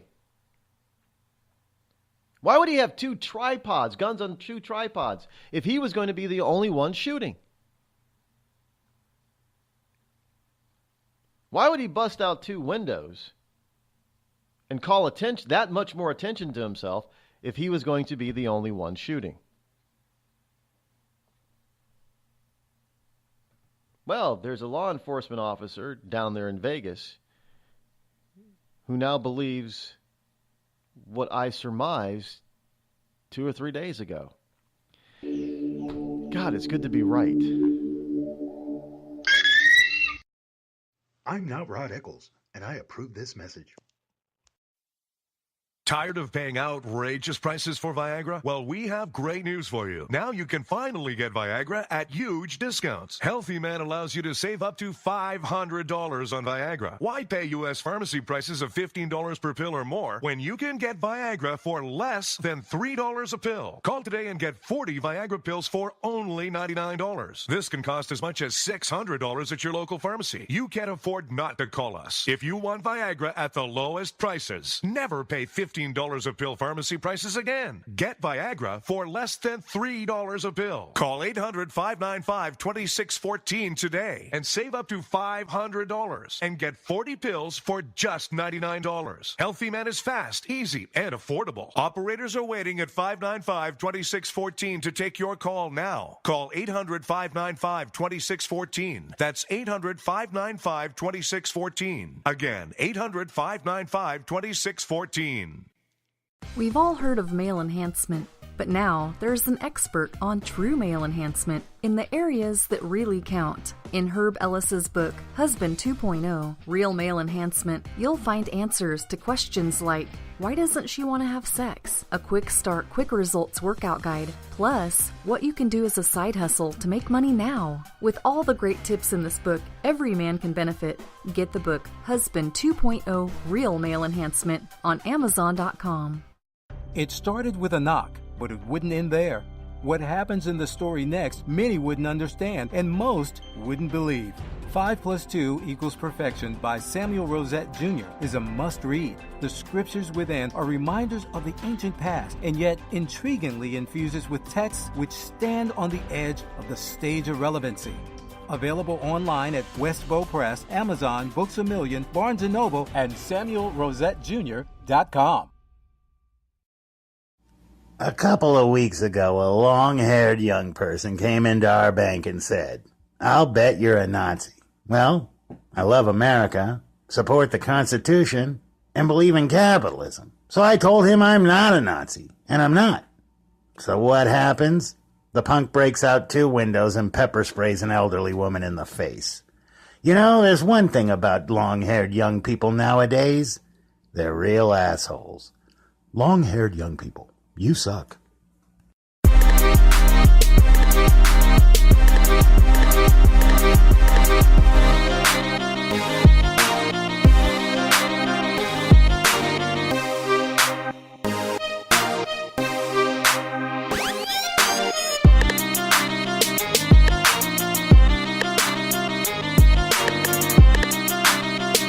A ton of stuff here in the paper file that has nothing to do with the Vegas shooting, so we're gonna have to get to some of that stuff because it's not the only thing that's happening.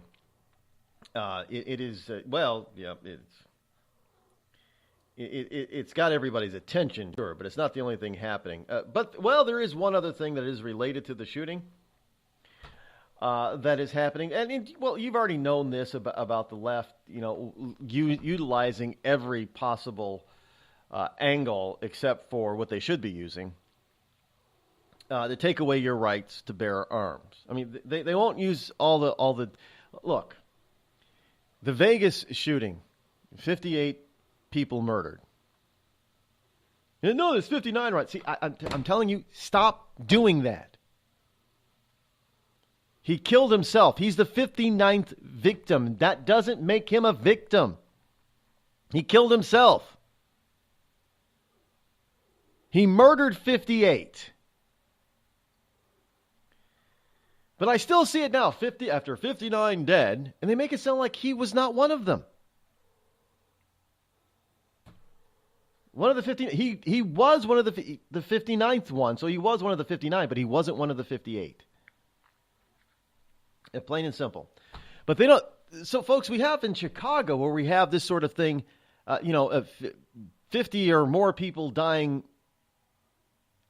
in a month or less every month in Chicago. I mean, how many homicides did Chicago have? It was over 1,000, was it not, last year? I mean, that's an average of about 100 people a month. So it's nearly two. Well, it's twice the number of deaths at the Pulse nightclub every month in Chicago, in a city where gun control is one of the toughest gun control laws on the books in the world, is also in Chicago, and yet they're suffering from such a massive homicide rate. Because after all, taking legal guns out of the hands of legal law-abiding citizens is the answer to all our ills, right? Yes, evidently it works so well in places like Chicago that Michael Moore is saying, hey, let's repeal the outdated Second Amendment. Yes.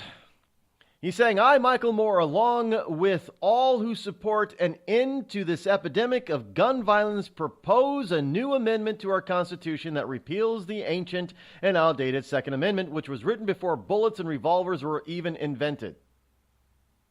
Really? Yeah. Well, okay. I suppose, a musket ball is not really a bullet. Not by today's standards. I get it. So he's basically before bullets and guns were invented, and replaces it with a new 28th Amendment that guarantees states can have militias, aka state national guards, which are made up of citizen soldiers who are called upon in times of natural disasters or other state emergencies, allow individuals to use guns for sport and gathering food, and guarantees everyone the right to be free of and protected from gun violence. There's no way to protect anybody from gun violence. There's no way to guarantee that sort of stuff.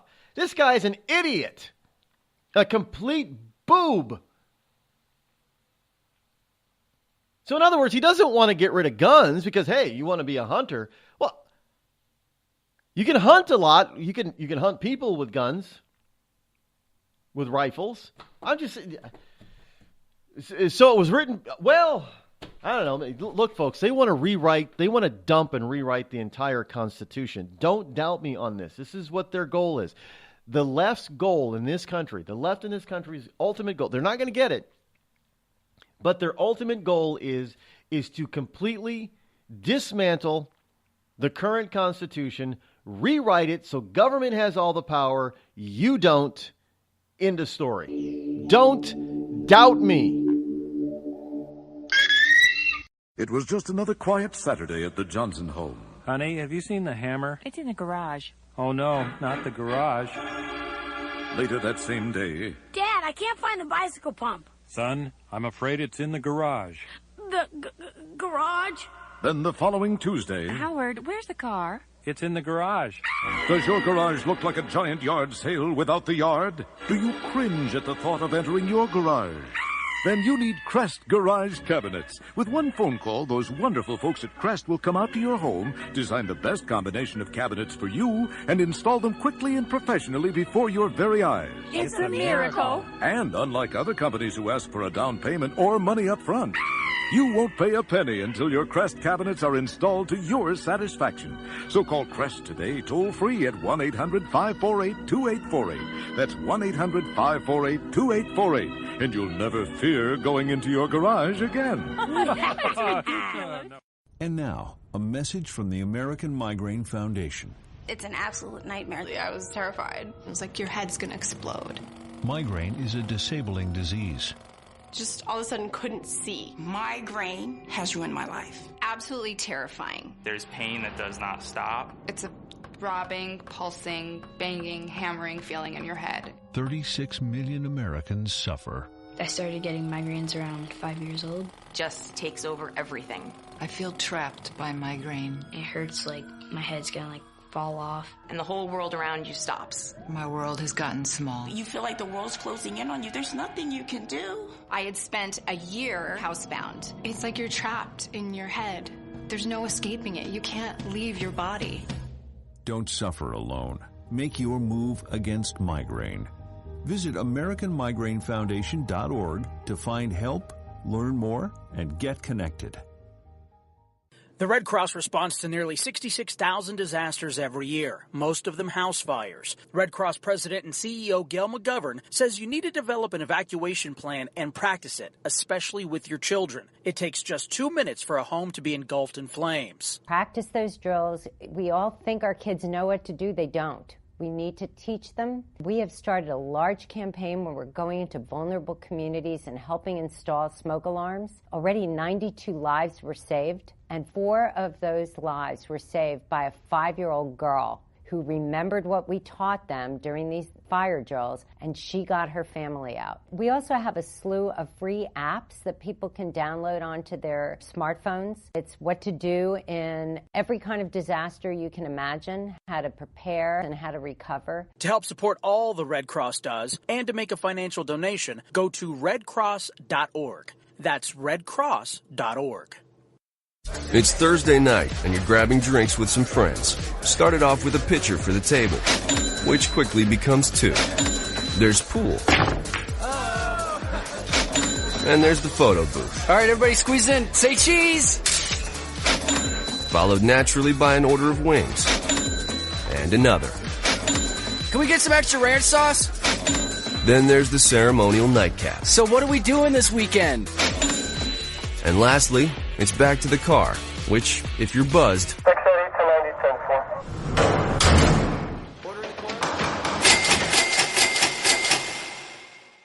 could be the most expensive night of your life. Getting pulled over for buzzed driving could cost you around $10,000 in fines, legal fees, and increased insurance rates. Nothing kills a buzz like getting pulled over for buzzed driving, because buzzed driving is drunk driving. Brought to you by the National Highway Traffic Safety Administration and the Ad Council.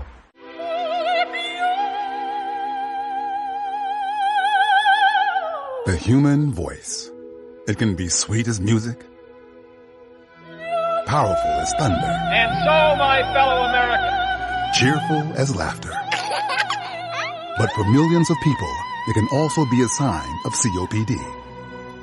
This serious lung disease can make it so hard to breathe, you often can't catch a breath or finish a sentence, let alone carry a tune. And many who have COPD don't even know it. That's where your voice comes in.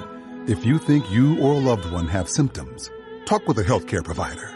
Early diagnosis can mean better treatments and quality of life. Join us in raising our voices for the millions with COPD who can't. Learn more, breathe better at NIH.gov.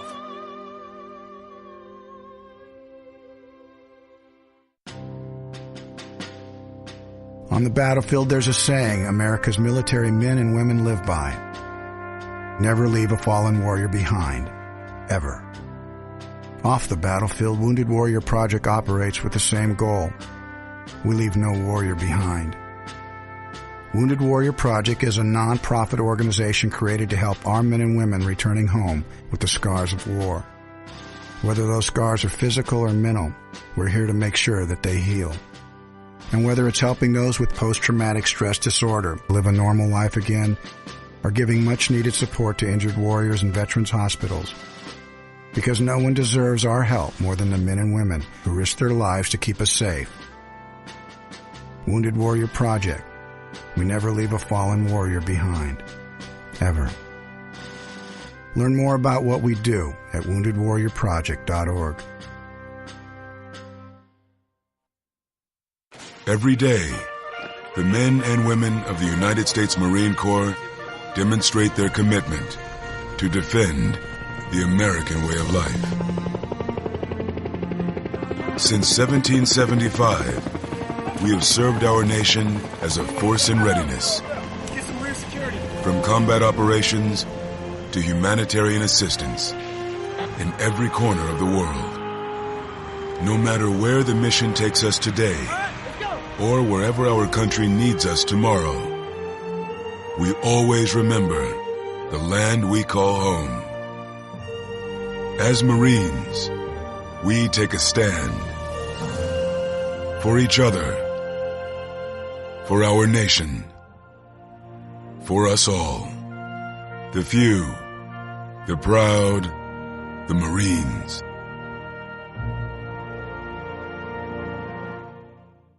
You want to know what time it is? It's time to bring the rain. Zinc Media. Feel the power of knowledge.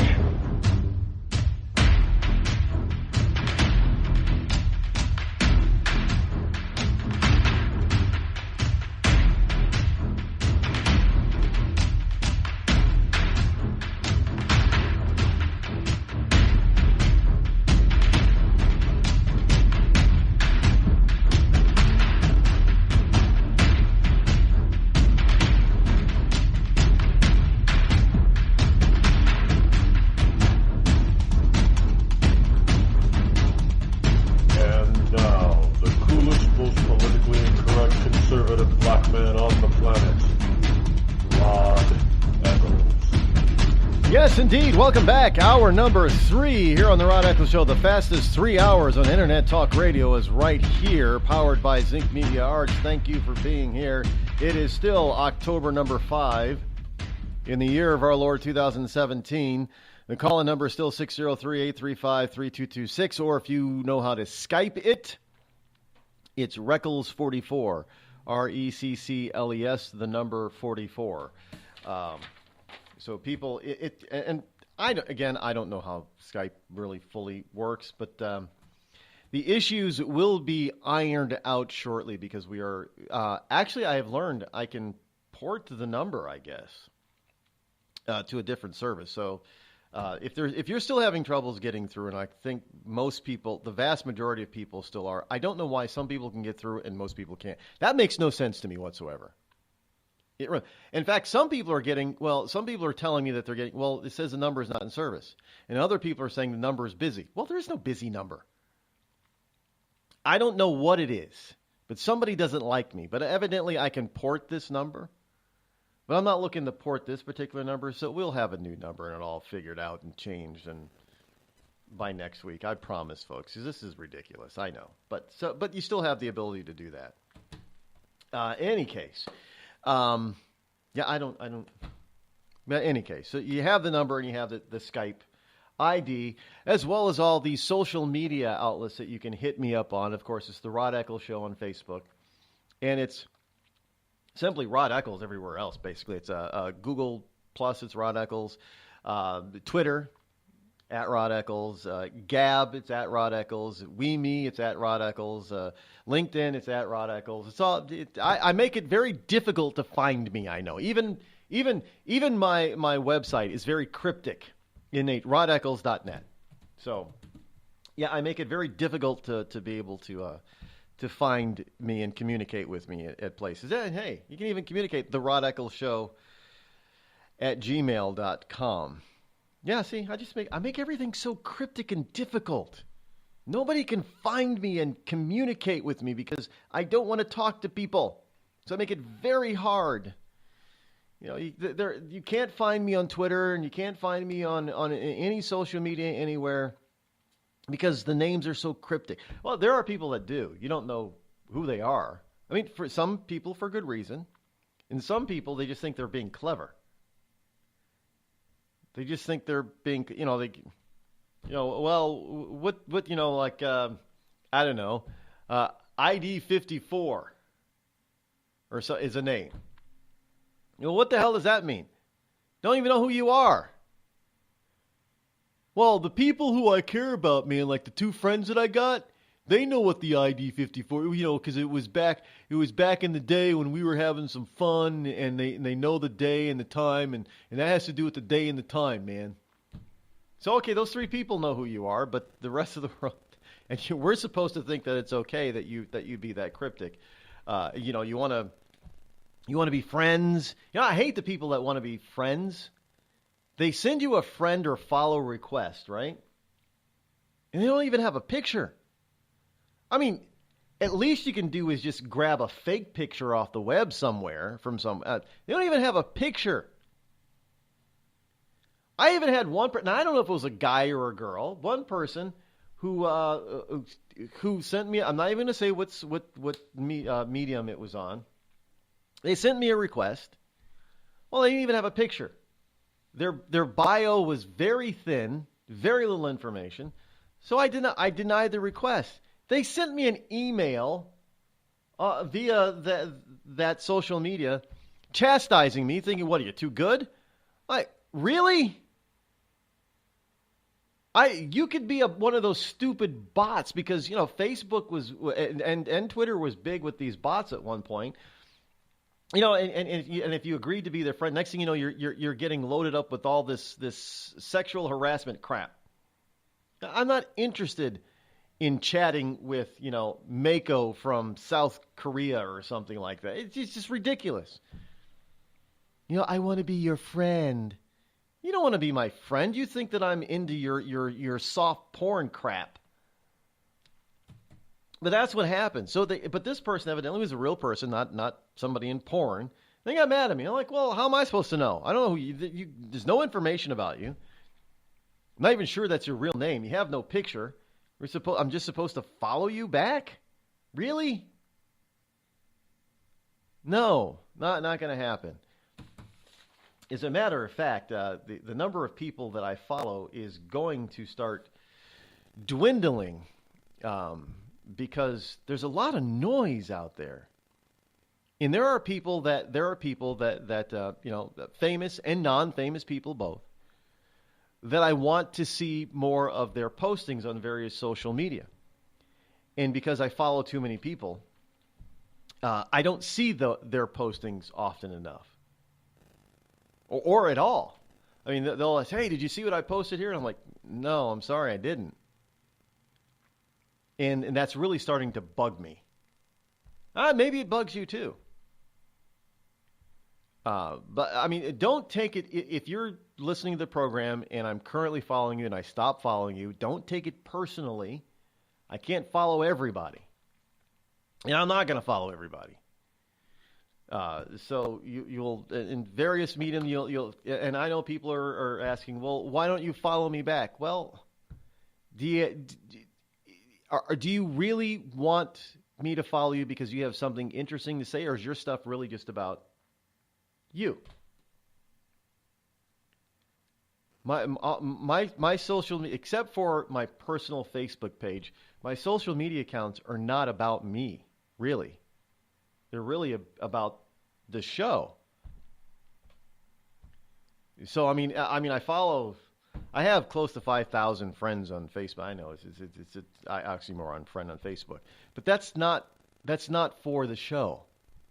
The Twitter feed is really about this show. The Gab feed is really about this show. The WeMe feed or MeWe feed is really about this show. The Rod Eccles Show page on Facebook is obviously about the show. LinkedIn is really about my professional connections that have to do with this program and my various businesses. Plain and simple. There isn't a lot out there for. I'm not really one of these people that goes out there and plasters myself all over the place for personal use. I hardly even post on my personal page on Facebook because I'm too busy. There are people that have that say things and post information that I find very interesting. There are people for professional reasons because I'm affiliated with them in some way. Through this program. Maybe they're syndicating my program. Maybe they once syndicated the program, or maybe they syndicate my articles, my blogs when I write them. There's some professional connect. Those are people I'm not going to get rid of. Those people I'm not going to stop following. Those are the people I want to follow for a number of reasons. And besides, some of them are pretty damn funny, by the way. I got to admit. But some of them also give me some great info. Do you think I just find all this stuff on my own? I bring it? No, I don't find it all on my. Much of it I do, but all of it, no. No, I admit it. There's stuff that people bring up that, like information on the program today. Obviously there's Agent 0010. I follow him on various social media. I'm not going to stop following him. One of the stories I brought you today about the shooter's brother. I was first turned on to the video of this by a man by the name of Kevin. Of course, I'm not going to stop following him. He's also one of my syndicators. But he gives me stuff a lot of times. I mean, that is just, it blows my mind. So, I mean, those are people that I need to keep in touch with. But because there are so many other people out there to just throw up stuff, there's noise. I can't cut through and see them often enough. I'm not interested in the Kardashians. If you're going to post about the Kardashians, I'm not interested in them. Why would I follow you if that's what you're posting about? So don't take it personally. You just don't have stuff that I'm interested in, okay? That's because when I've done that in the past, people have gotten angry with me. I don't want to see a post about the Kardashians. I'm not interested, okay? Fine. Just you've got your followers, and what's really amazing is there was one person. I don't know. I guess he takes things too personally, but evidently he had like 70,000 followers. I stopped following him on Twitter, and he sent me a direct message on Twitter. Well, my stuff isn't good enough for you. I wouldn't even think you would notice, but evidently he did, or maybe it was she. I don't know. It had a name like Stacy Tracy or something like that. And the picture, their post picture was really they were like in a costume, so I couldn't even tell if they were he or a she. But they're into the pop culture stuff. That's not me. No, maybe he's a drag queen. I don't know. In any case, go off on tangents sometimes. But anyway, so yeah, we'll be. This is all coming forth with the. Well, look, it's I follow a hell of a lot more people than a lot of folks who are in my position. I mean, especially on Twitter and other places. I mean, there are people that you look at, Instagram. I'm just starting my Instagram account, looking. There are people. They have 100,000 people follow them, and they follow less than 100. Nobody's getting mad at them. I mean, seriously. So, because those are the people that they want to get information from for a good reason. To them. I mean, it may not be good to you, but at least to them, it's a good reason. So, yeah, by the way, Instagram is Lightning Rod Photo. And it really has very little to do with this program. Photography is just a hobby of mine. Always has been. I've always liked doing it. In today's medium of using digital medium like phones and digital cameras and iPads and all that kind of stuff to take pictures, I do not use digital means to change the look of my pictures. I don't. I hate when people do that. I do not use any type of medium or software, photoshopping. I don't Photoshop any of my pictures. These are all, as if you're taking a picture with film. That's what I believe a picture is. If you want to say it's art, then you can start manipulating if you're making art. I'm not making art. I'm taking photographs. There is a difference. The photograph is not art per se. So it's just. But anyway, I find it interesting, and if you want to look me up on Instagram, it's Lightning Rod Photo. Get it? Lightning Rod, name Rod, Lightning. Yeah. Lightning Rod Photo over on Instagram. Because pictures, they're fun. But they're not necessarily having anything to do with the program. I try to take, basically it's the moniker is I take photos that represent the essence of the people and the places of New England. And people find those interesting. You might too. If you don't want to see interesting pictures of mostly places, very few people. But the places also represent people a lot of times. If you don't want to see pictures like that, then you don't friend me. You don't follow me, whatever. If you like pictures like that, then you might want to follow me. I follow people with similar types of styles from around the globe. Because that's what I like. Is that bad? I don't know. By the way, fall storm. It's too bad I'm not out in California because I take some pictures of this stuff. Fall storm brings up to 18 inches of snow to Colorado peaks already. It's got to be gorgeous, but it's also very devastating to the global warming theorists and man-made climate change. The National Weather Service says an early autumn storm is dropping heavy snow in the northern Colorado mountains. By the way, this is a normal activity over there. It hasn't changed. The resort town of Steamboat Springs reported 18 inches earlier this week. Red Cliff, south of Vail, reported 14 inches. Winter Park reported nearly 10 inches of snow. This is the first week of October, and they call it an early fall or early autumn snowstorm. It happens all the time. They're making it sound like this is something that doesn't. It happens all the time out there. By the way, Steamboat Springs. I want to visit that place simply because of the name. Who would not want to go to a place called Steamboat Springs? I mean, it could be a dump. I don't know. I've never been there. But just by the name alone, I'd love to go there. It just sounds so cool. Steamboat Springs. Sounds so cool. By the way, how do you... a steamboat in a spring? It can't have... Who puts these names together, by the way, to come up with a name of a town? Steamboat and Springs don't seem to fit, but they did it and called it a town by this. So that's why I want to visit. And that's in Colorado. Maybe I'll get to Steamboat Springs someday in Colorado. Anybody out there that needs a keynote speaker? I'll be more than happy to go. Bring me out to Denver. I'll speak in Denver, and then you can take me on a tourist trip to Steamboat Springs. I'd be up and willing to go for that.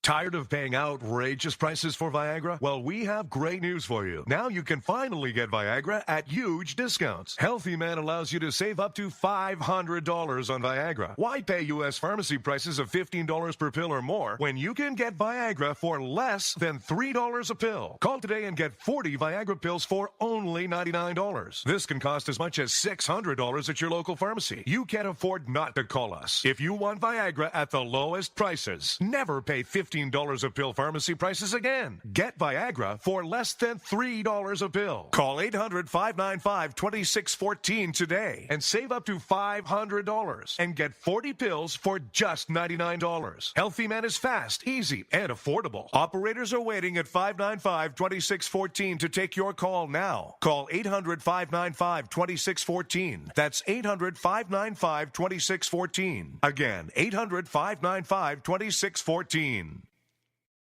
It started with a knock, but it wouldn't end there. What happens in the story next, many wouldn't understand, and most wouldn't believe. 5 + 2 = Perfection by Samuel Rosette Jr. is a must-read. The scriptures within are reminders of the ancient past, and yet intriguingly infuses with texts which stand on the edge of the stage of relevancy. Available online at Westbow Press, Amazon, Books A Million, Barnes & Noble, and SamuelRosetteJr.com. We've all heard of male enhancement, but now there's an expert on true male enhancement in the areas that really count. In Herb Ellis's book, Husband 2.0, Real Male Enhancement, you'll find answers to questions like, why doesn't she want to have sex? A quick start, quick results workout guide, plus what you can do as a side hustle to make money now. With all the great tips in this book, every man can benefit. Get the book, Husband 2.0, Real Male Enhancement, on Amazon.com.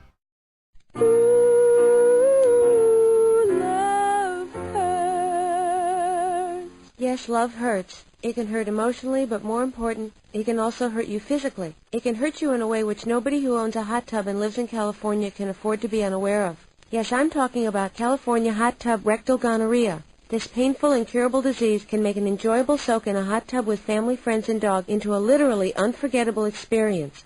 If you catch California hot tub rectal gonorrhea, not only will you walk around feeling like you're about to pass a twisted sardine can lid, you'll also smell like a pile of burning tractor tires. So don't jump out of the frying pan and into the hot tub, because if you get California hot tub rectal gonorrhea, it'll really burn your ass. This has been a public service message brought to you by the Citizens Against CHTRG Foundation. California hot tub rectal gonorrhea. We're not going to take it sitting down.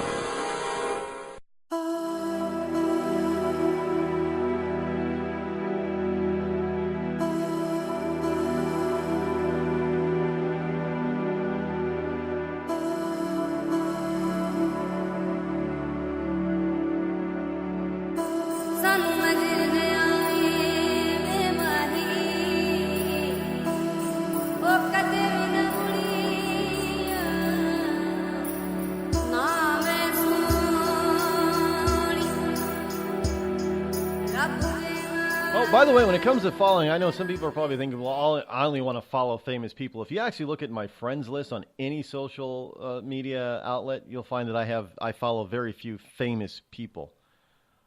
I don't believe in celebrity. I mean, just because you're famous doesn't mean you have some interesting stuff to say or share with me, and most of them don't.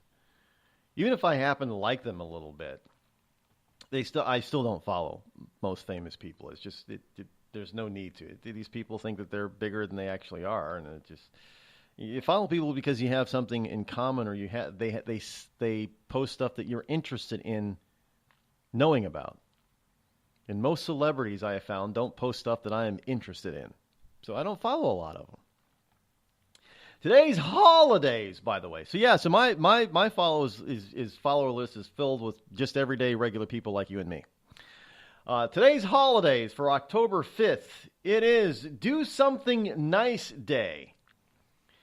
Yesterday you may have celebrated International Toot Your Own Flute or Toot Your Own Horn Day, but today is a day that you spend the day thinking of others and do something nice for other people. So Do Something Nice Day is today. Today is also National Apple Betty Day.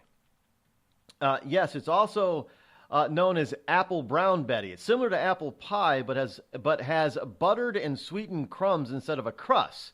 Now, Betties may also be made with other fruits such as berries or pears, and their main seasonings are sugar, cinnamon, and nutmeg. I don't care. It just sounds delish. So Apple Betty's Day is today, National Apple Betty Day. It is also National Get Funky Day. And it was started by Funky Town Fitness in St. Augustine, Florida, to help people break free of their comfort zones and let loose for a fun, exciting day throughout the country. The day evolved from the way the community happily came together to help complete strangers following Hurricane Matthew in 2016. This Funky Day is dedicated to getting funky in any way possible. So get down, get funky. It is celebrated annually on October the 5th. So today is National Get Funky Day. It's also National Depression Screening Day. That's not a funky thing, but it's National Depression Screening Day. It's also National Storytelling Day. Not just children's book, but just storytelling. It is also the start of Sukkot, also known as the Feast of Booths, Feast of Tabernacles, and the Feast of ingathering, and it's observed on the 15th of Tishri on the Hebrew calendar. It is also World Teachers Day, so hug a teacher today. Give them an apple if you know a teacher. Now, yesterday was just Random Poetry Day. Well, today is National Poetry Day. How many poetry days are we going to have? So today's National Poetry Day as well, not just random poetry, real poetry. So those in a nutshell are your holidays for today, October number 5. So go out and celebrate, will you? You might be surprised to learn who has Crohn's disease or ulcerative colitis. Nearly 1 in 200 Americans are suffering with a debilitating pain and constant disruption of these inflammatory bowel diseases, or IBD. Chances are you know someone with IBD. For example, your neighbor or coworker. The Crohn's and Colitis Foundation was created to help patients cope and to find a cure. People with IBD can't wait. Won't you help someone you know? Visit www.escapethestall.com today. Were you born from 1945 to 1965? People born during these years are 5 times more likely to have hepatitis C, but most people don't know they are infected. So even if you try to eat right, exercise, and take care of yourself, you can still have hepatitis C, a serious liver disease that often has no symptoms. In fact, people can live with hepatitis C for decades without feeling or looking sick. But over time, hepatitis C can cause serious health problems, including liver damage, liver failure, or even liver cancer. Getting tested is the only way to know if you're infected with hepatitis C. That's why the CDC recommends everyone born from 1945 to 1965 get a blood test for hepatitis C. Treatments are available that can cure this disease. So talk to your doctor about getting tested. It could save your life. A message from the CDC. Everyone is talking about healthcare these days. America spends twice that of other developed countries on our healthcare system, yet our health ranks near the bottom. How can we stop spending so much and getting so little? Shifting to a system based on primary care can help fix the problem. Patients with a primary care doctor live longer, healthier lives and are less likely to suffer from cancer, heart disease, or stroke. Primary care that is comprehensive and coordinated also saves money. Patients who have a primary care doctor spend 30% less on health care than patients who don't. States with a high number of primary care doctors have lower health care costs and higher quality care. Primary care can help make America healthy again. To learn more about the benefits of primary care, visit www.healthisprimary.org. This message is brought to you by America's Family Physicians. It's been called shell shock, war neurosis, and battle fatigue. Today, we call it post-traumatic stress disorder, and it affects 1 out of every 5 warriors returning from battle in Iraq and Afghanistan. The Wounded Warrior Project offers comfort and support for warriors with PTSD and all other scars of war, whether those scars are visible or hidden. Find out how to help, because for warriors, the greatest casualty is being forgotten. Please visit woundedwarriorproject.org. The Amazon's rainforest is being cut down so fast that by 2030, 55% of it could be completely wiped out. The Earth's forests can't speak up when they need help, but we can. Be the voice for those who have no voice. Visit worldwildlife.org.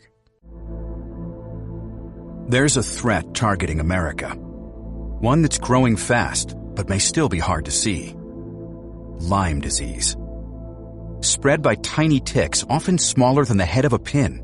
This dangerous disease is now more widespread than West Nile, tuberculosis, and HIV/AIDS combined. And if left untreated, it can lead to arthritis, facial paralysis, and even memory and concentration problems, often called brain fog. As the threat of Lyme disease grows to more than 300,000 projected cases each year, it's time for us to target Lyme disease. That means checking for ticks when you've been outside, even in your own backyard. It means seeing a doctor if you experience the symptoms of Lyme disease, which can include joint pain, flu-like symptoms, fever, fatigue, or sometimes a bullseye-shaped rash. Set your sights on stopping Lyme. Learn how you can target Lyme disease at targetlyme.org. Dad, we need to talk. Can we just enjoy the drive? If you're not going to listen to me, Who we listen to? Jeffrey. Marcia Gay Harden, what? Eyes on the road, Dad. What are you doing? What are you doing in my back seat? How did you get in here? You're getting older. Not that old. Your brain's changing. It's natural. Yeah, that's what I was saying. Honey, I've got experience with this. Jeffrey, brain health is all about making the most of your brain as you age and helping to reduce some of the risks to your brain. Really? Now that's interesting. So, you'll talk to her about this, but not me. Marcia Gay Harden? Where did she go? Learn what you can do to help keep your brain healthy at brainhealth.gov. She didn't say goodbye. I mean, I would have. Visit brainhealth.gov.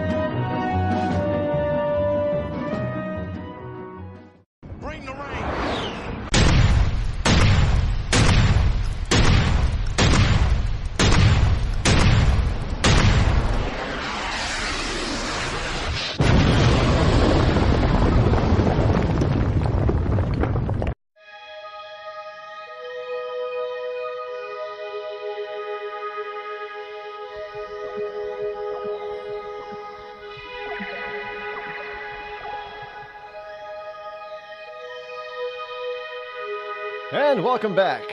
Yes, you are still listening to yours truly, me. Glad that you are here. By the way, this is now the time of day, or the time in the show for this day on Thursday, part of Military Tuesday, or Thursdays. Yeah, what day is it? Tuesday or Thursday? It's Thursday. It's now time for the Military Report. Yes, House Democrats boycott the VA health event, complicating reform plans. Just so you know, so we'll get started on this. Plans to overhaul veterans' health care this fall could be in jeopardy after House Democrats boycotted a supposedly friendly roundtable discussion on the issue on Tuesday over the inclusion of a Republican-linked advocacy group they insist is more interested in political attacks than policy crafting.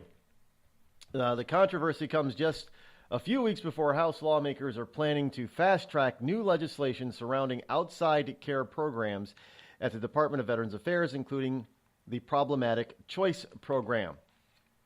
The topic was already sensitive within the veterans community before the boycott, with concerns about shifting funding to private sector physicians and the possibility of a slow dismantling of VA responsibilities. And now this is just sad, folks. You have the Democrat Party, who is now aligning itself against our veterans. There is no other way to view this. I mean, let's face it, they resided over a time when the VA was at its lowest point under Barack Hussein Obama. I mean, the VA is just terrible. It's awful. It is. I know it's improving now under Trump, and things are getting better, and there are a lot of veterans that are now liking the VA, and they're thinking that they're not getting anywhere near what they were originally promised. I don't care what right now they're basing it on on the care that they used to get, and it's a lot better than it used to be, so that makes them happy. But it's not what was promised, and it's not what it could be, and it's not what it should be. And so I think we need to completely revamp the VA. It probably should be in the hands of the military and not some civilian agency. And it needs to be well funded. And it needs to be done in such a way where a vet has the choice. Maybe it should be some sort of form of insurance where a vet has a choice of going to his local VA. If he does not have a VA near him, he has the choice of seeing his local physician or going to a more localized hospital. Right now, most vets don't have that kind of a choice. And that's just wrong in my book. Speaking of needing care, you probably didn't hear about this, but this is from the New York Times. Special Forces troops killed. 3 Special Forces troops were killed and 2 were wounded in an ambush in Niger. Yes, the little country on the continent of Africa called Niger. 3 United States Army Special Forces soldiers were killed and 2 were wounded on yesterday, in an ambush in Niger while on a training mission with troops from that nation in northwestern Africa. We can confirm reports that a joint U.S. and Nigerian patrol came under hostile fire in southwest Niger, said Lieutenant Commander Anthony Afalvo, a spokesman for the United States Africa Command in Stuttgart, Germany.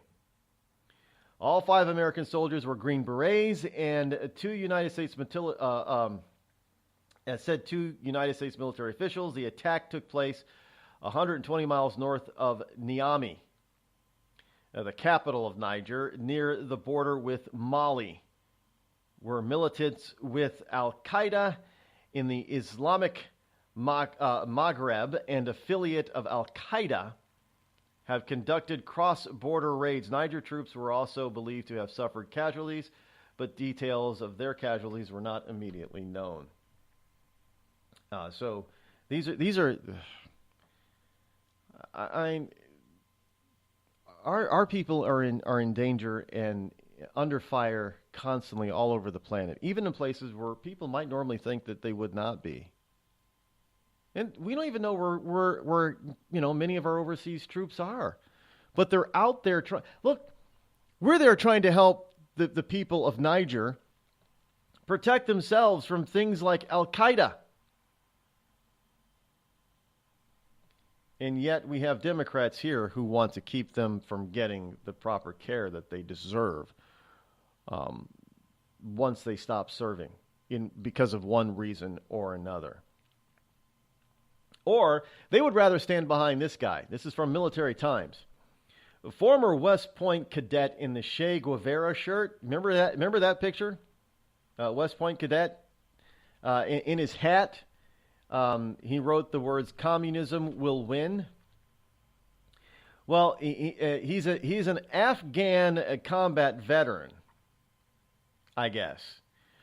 Well, here's the story from the Military Times. Since the tweets of Second Lieutenant Spencer Raponi first swirled around the internet last week, several outlets have printed rumors and speculation about his service. To start, the former West Pointer graduated in May of 2016 when the now infamous photos were taken, and he is currently in the field with the 2nd Brigade Combat Team, 10th Mountain Division, according to Army spokesman Lieutenant Colonel Tanya Stokes. Brother, she's a woman. I told you I am not politically correct. I do not say spokeswoman, chairwoman, congresswoman, all that kind of stuff. I don't think it's disrespectful by just saying spokesman. That's the title. Multiple online military news outlets have reported that Raponi, R-A-P-O-N-E, look, depending on, what part of the country you're coming from, it could be Rapone or it could be Raponi. I'm just saying. Look, we've got people in it. There are people here in New England that have the same spelling for a last name and pronounce it totally different. Like B-A-R-U-B-E. Now, some people pronounce that name. Here in New Hampshire, they pronounce that last name Baroob. Some people pronounce it Baruby. Some people even pronounce it Barabee. So don't get on me if I don't pronounce this guy's name correctly, because I don't know. It depends on where he's from. Rapone or Raponi is a one-time member of the 75th Ranger Regiment and was released for standards. Release for standards. In other words, he didn't meet up to the standards before receiving his appointment to the U.S. Military Academy. Didn't mean that he was derelict of duty. It just means it's kind of like if you're trying out for the Navy SEALs and you get released or you drop out, you drop this. You couldn't meet standards. Release for standards. That's all. You just couldn't hack it. And that's fine. There's nothing wrong with it. You just didn't make the cut. That's what this means. He was released for standards before receiving his appointment to the U.S. Military Academy. So, evidently, he couldn't be a ranger. So he couldn't cut it as a ranger. And that's fine. Not everybody can. The Army Times has been able to confirm that Rapone or Raponi enlisted as an infantryman back in September of 2010, and following initial training, he completed the Ranger Assessment and Selection Program. He received his Tan Beret and the 75th Ranger Regiment Scroll in spring of 2011, and then deployed to Afghanistan that summer with the 1st Battalion, 75th Ranger Regiment out of Fort Stewart, Georgia. But later that year, according to U.S. Army Special Operations Command spokesman Lieutenant Robert Bachholt, he was removed for standards from the regiment following the following year. He headed off to West Point, meaning he just, for whatever reason, he didn't meet up to the standards. He couldn't cut it. And so he got removed, and somehow he got appointed to go to West Point. Good for him. But then he comes out and he has this hat, communism will win, and wearing a Che Guevara. Now, by the way, military personnel, while in uniform, cannot espouse any type of political beliefs. They're not allowed. So he broke a rule by doing that, by the way, because he was in his cadet uniform. So now they're looking at the possibility he may. Now, in Trump's military, I know it's not Trump's military, but with Trump as commander-in-chief, let's just say in Trump's military, he may not survive. In other words, he may be discharged for it, whether it be honorable or dishonorable. Look, if you're out there commending communism in this country, and you're serving in the military, and you want to defend and say communism will win, there are a lot of people that'll think that that's treacherous. Personally, I think if this is the case, if he really does believe this stuff, if anything, he should be chastised. It should be put on his permanent record. He should be punished for this.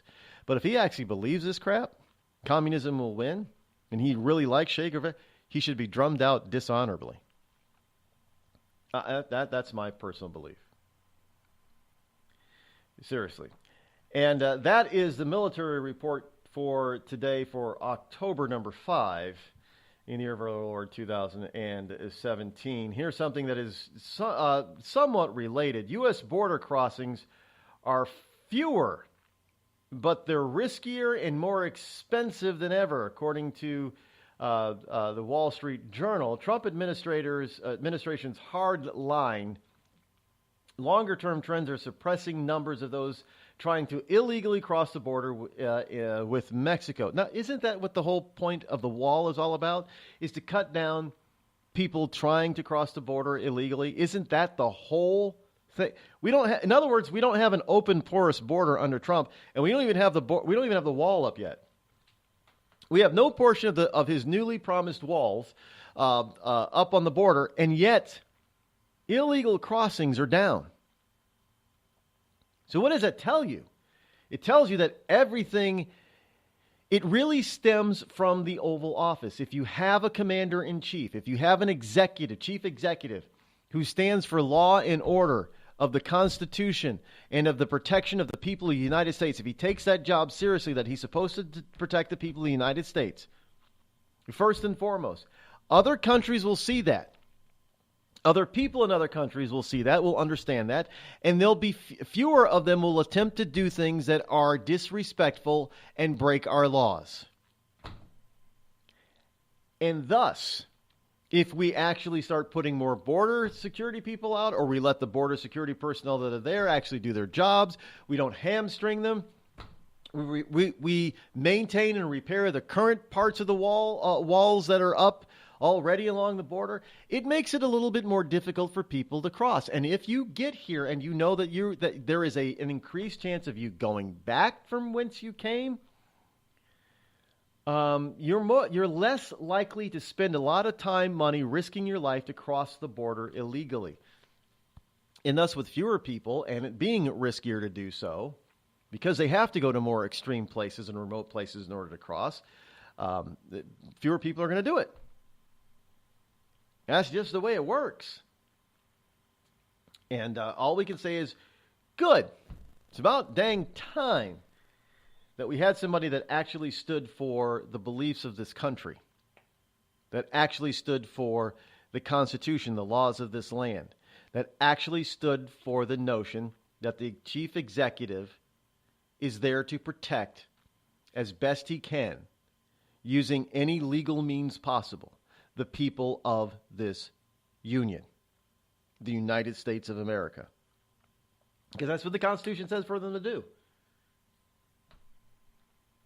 And that is what Donald J. Trump is attempting to do to the best of his ability. And even before Congress even approves the money to put up the wall, we can see that his efforts are already starting to pay off for the citizens of this country.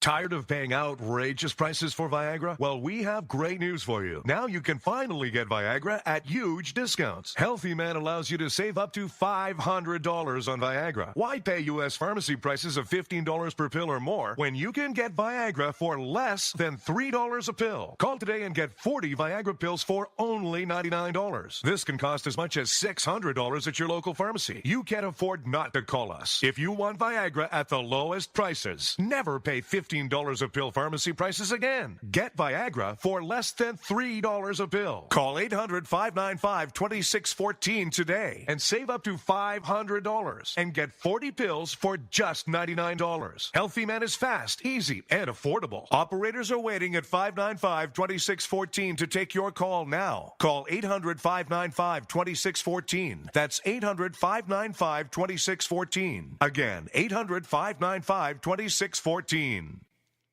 We've all heard of male enhancement, but now there's an expert on true male enhancement in the areas that really count. In Herb Ellis's book, Husband 2.0, Real Male Enhancement, you'll find answers to questions like, why doesn't she want to have sex? A quick start, quick results workout guide, plus what you can do as a side hustle to make money now. With all the great tips in this book, every man can benefit. Get the book, Husband 2.0, Real Male Enhancement, on Amazon.com. It started with a knock, but it wouldn't end there. What happens in the story next, many wouldn't understand, and most wouldn't believe. 5 + 2 = Perfection by Samuel Rosette Jr. is a must-read. The scriptures within are reminders of the ancient past, and yet intriguingly infuses with texts which stand on the edge of the stage of relevancy. Available online at Westbow Press, Amazon, Books A Million, Barnes & Noble, and SamuelRosetteJr.com.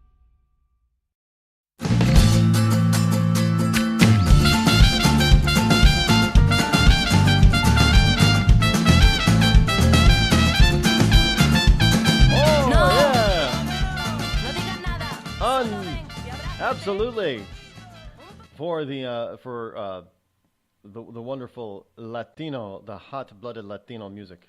Yeah, I gotta love the Latino music.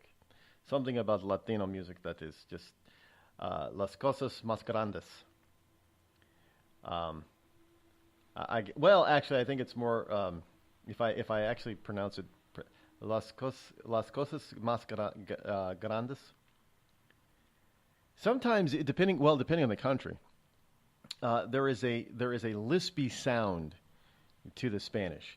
And my understanding is that there were Spanish monarchs that had lisp, and in order to not embarrass the monarch and probably to save their own lives, they would speak the same way that the monarch spoke, in the same tone and same way. So if he had a lisp, they would speak in the lisp, and that just sort of permeated the Spanish, which is why sometimes it sounds like that some people, and they're speaking Spanish, have a lisp, but that's just the Spanish. That's how it came about.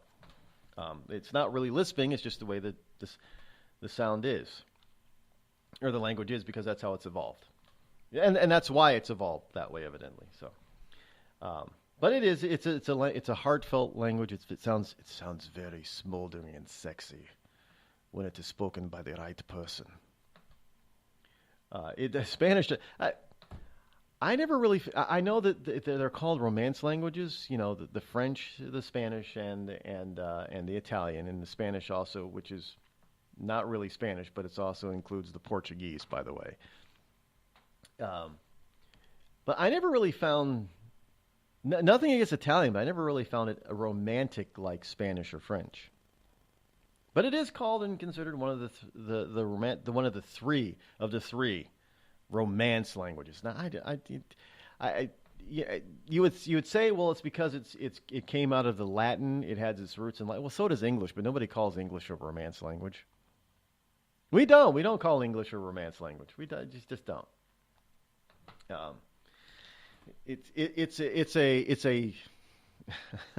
It's a carnivorous language. In fact, what that means is basically that English has taken a lot of its words from other languages. It's a thieving language for whatever reason.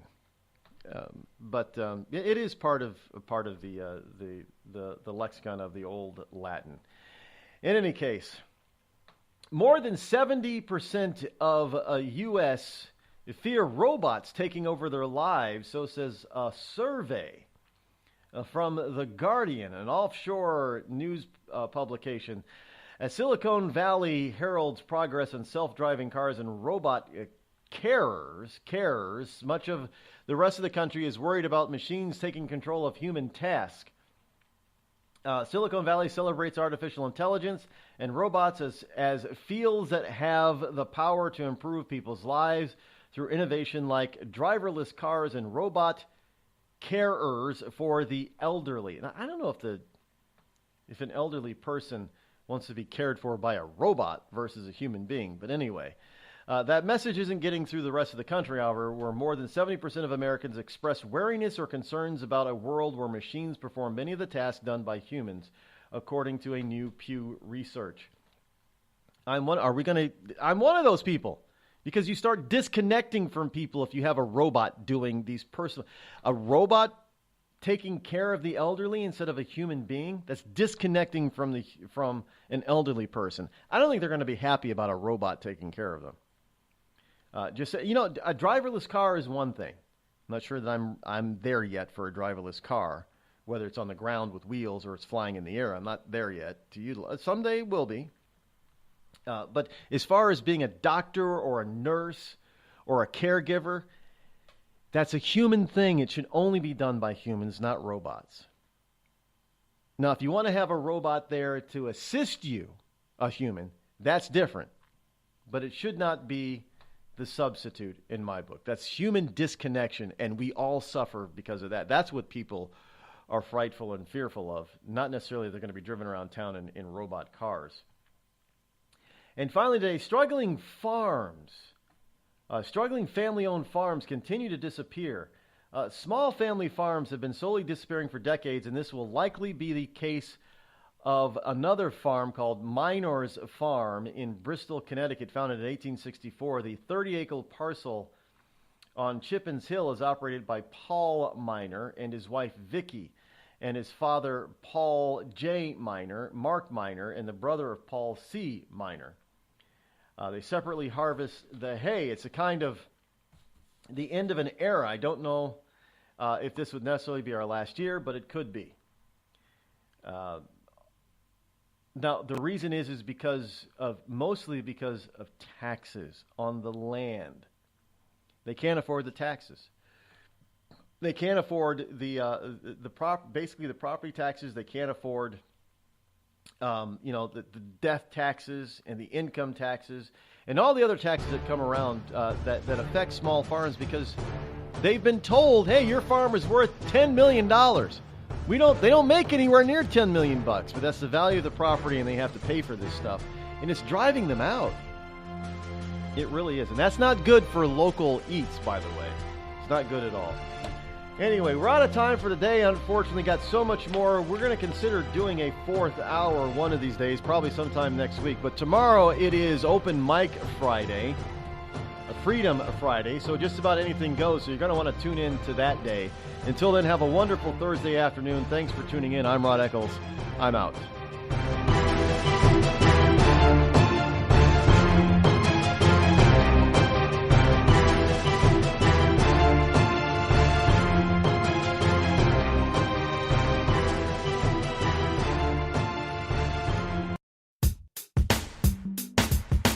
Damn, it feels good to be a Clinton.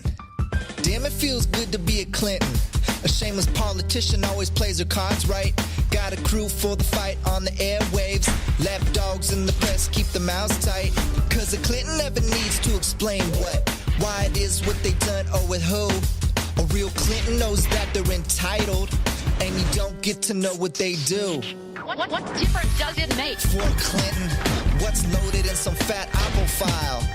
A Clinton plays the victim for promotion. A Clinton kills it off with a smile. Damn, it feels good to be a Clinton. A server full of secrets ain't no thing. Damn, it feels good to be a Clinton. Nothing ever hits with the sting.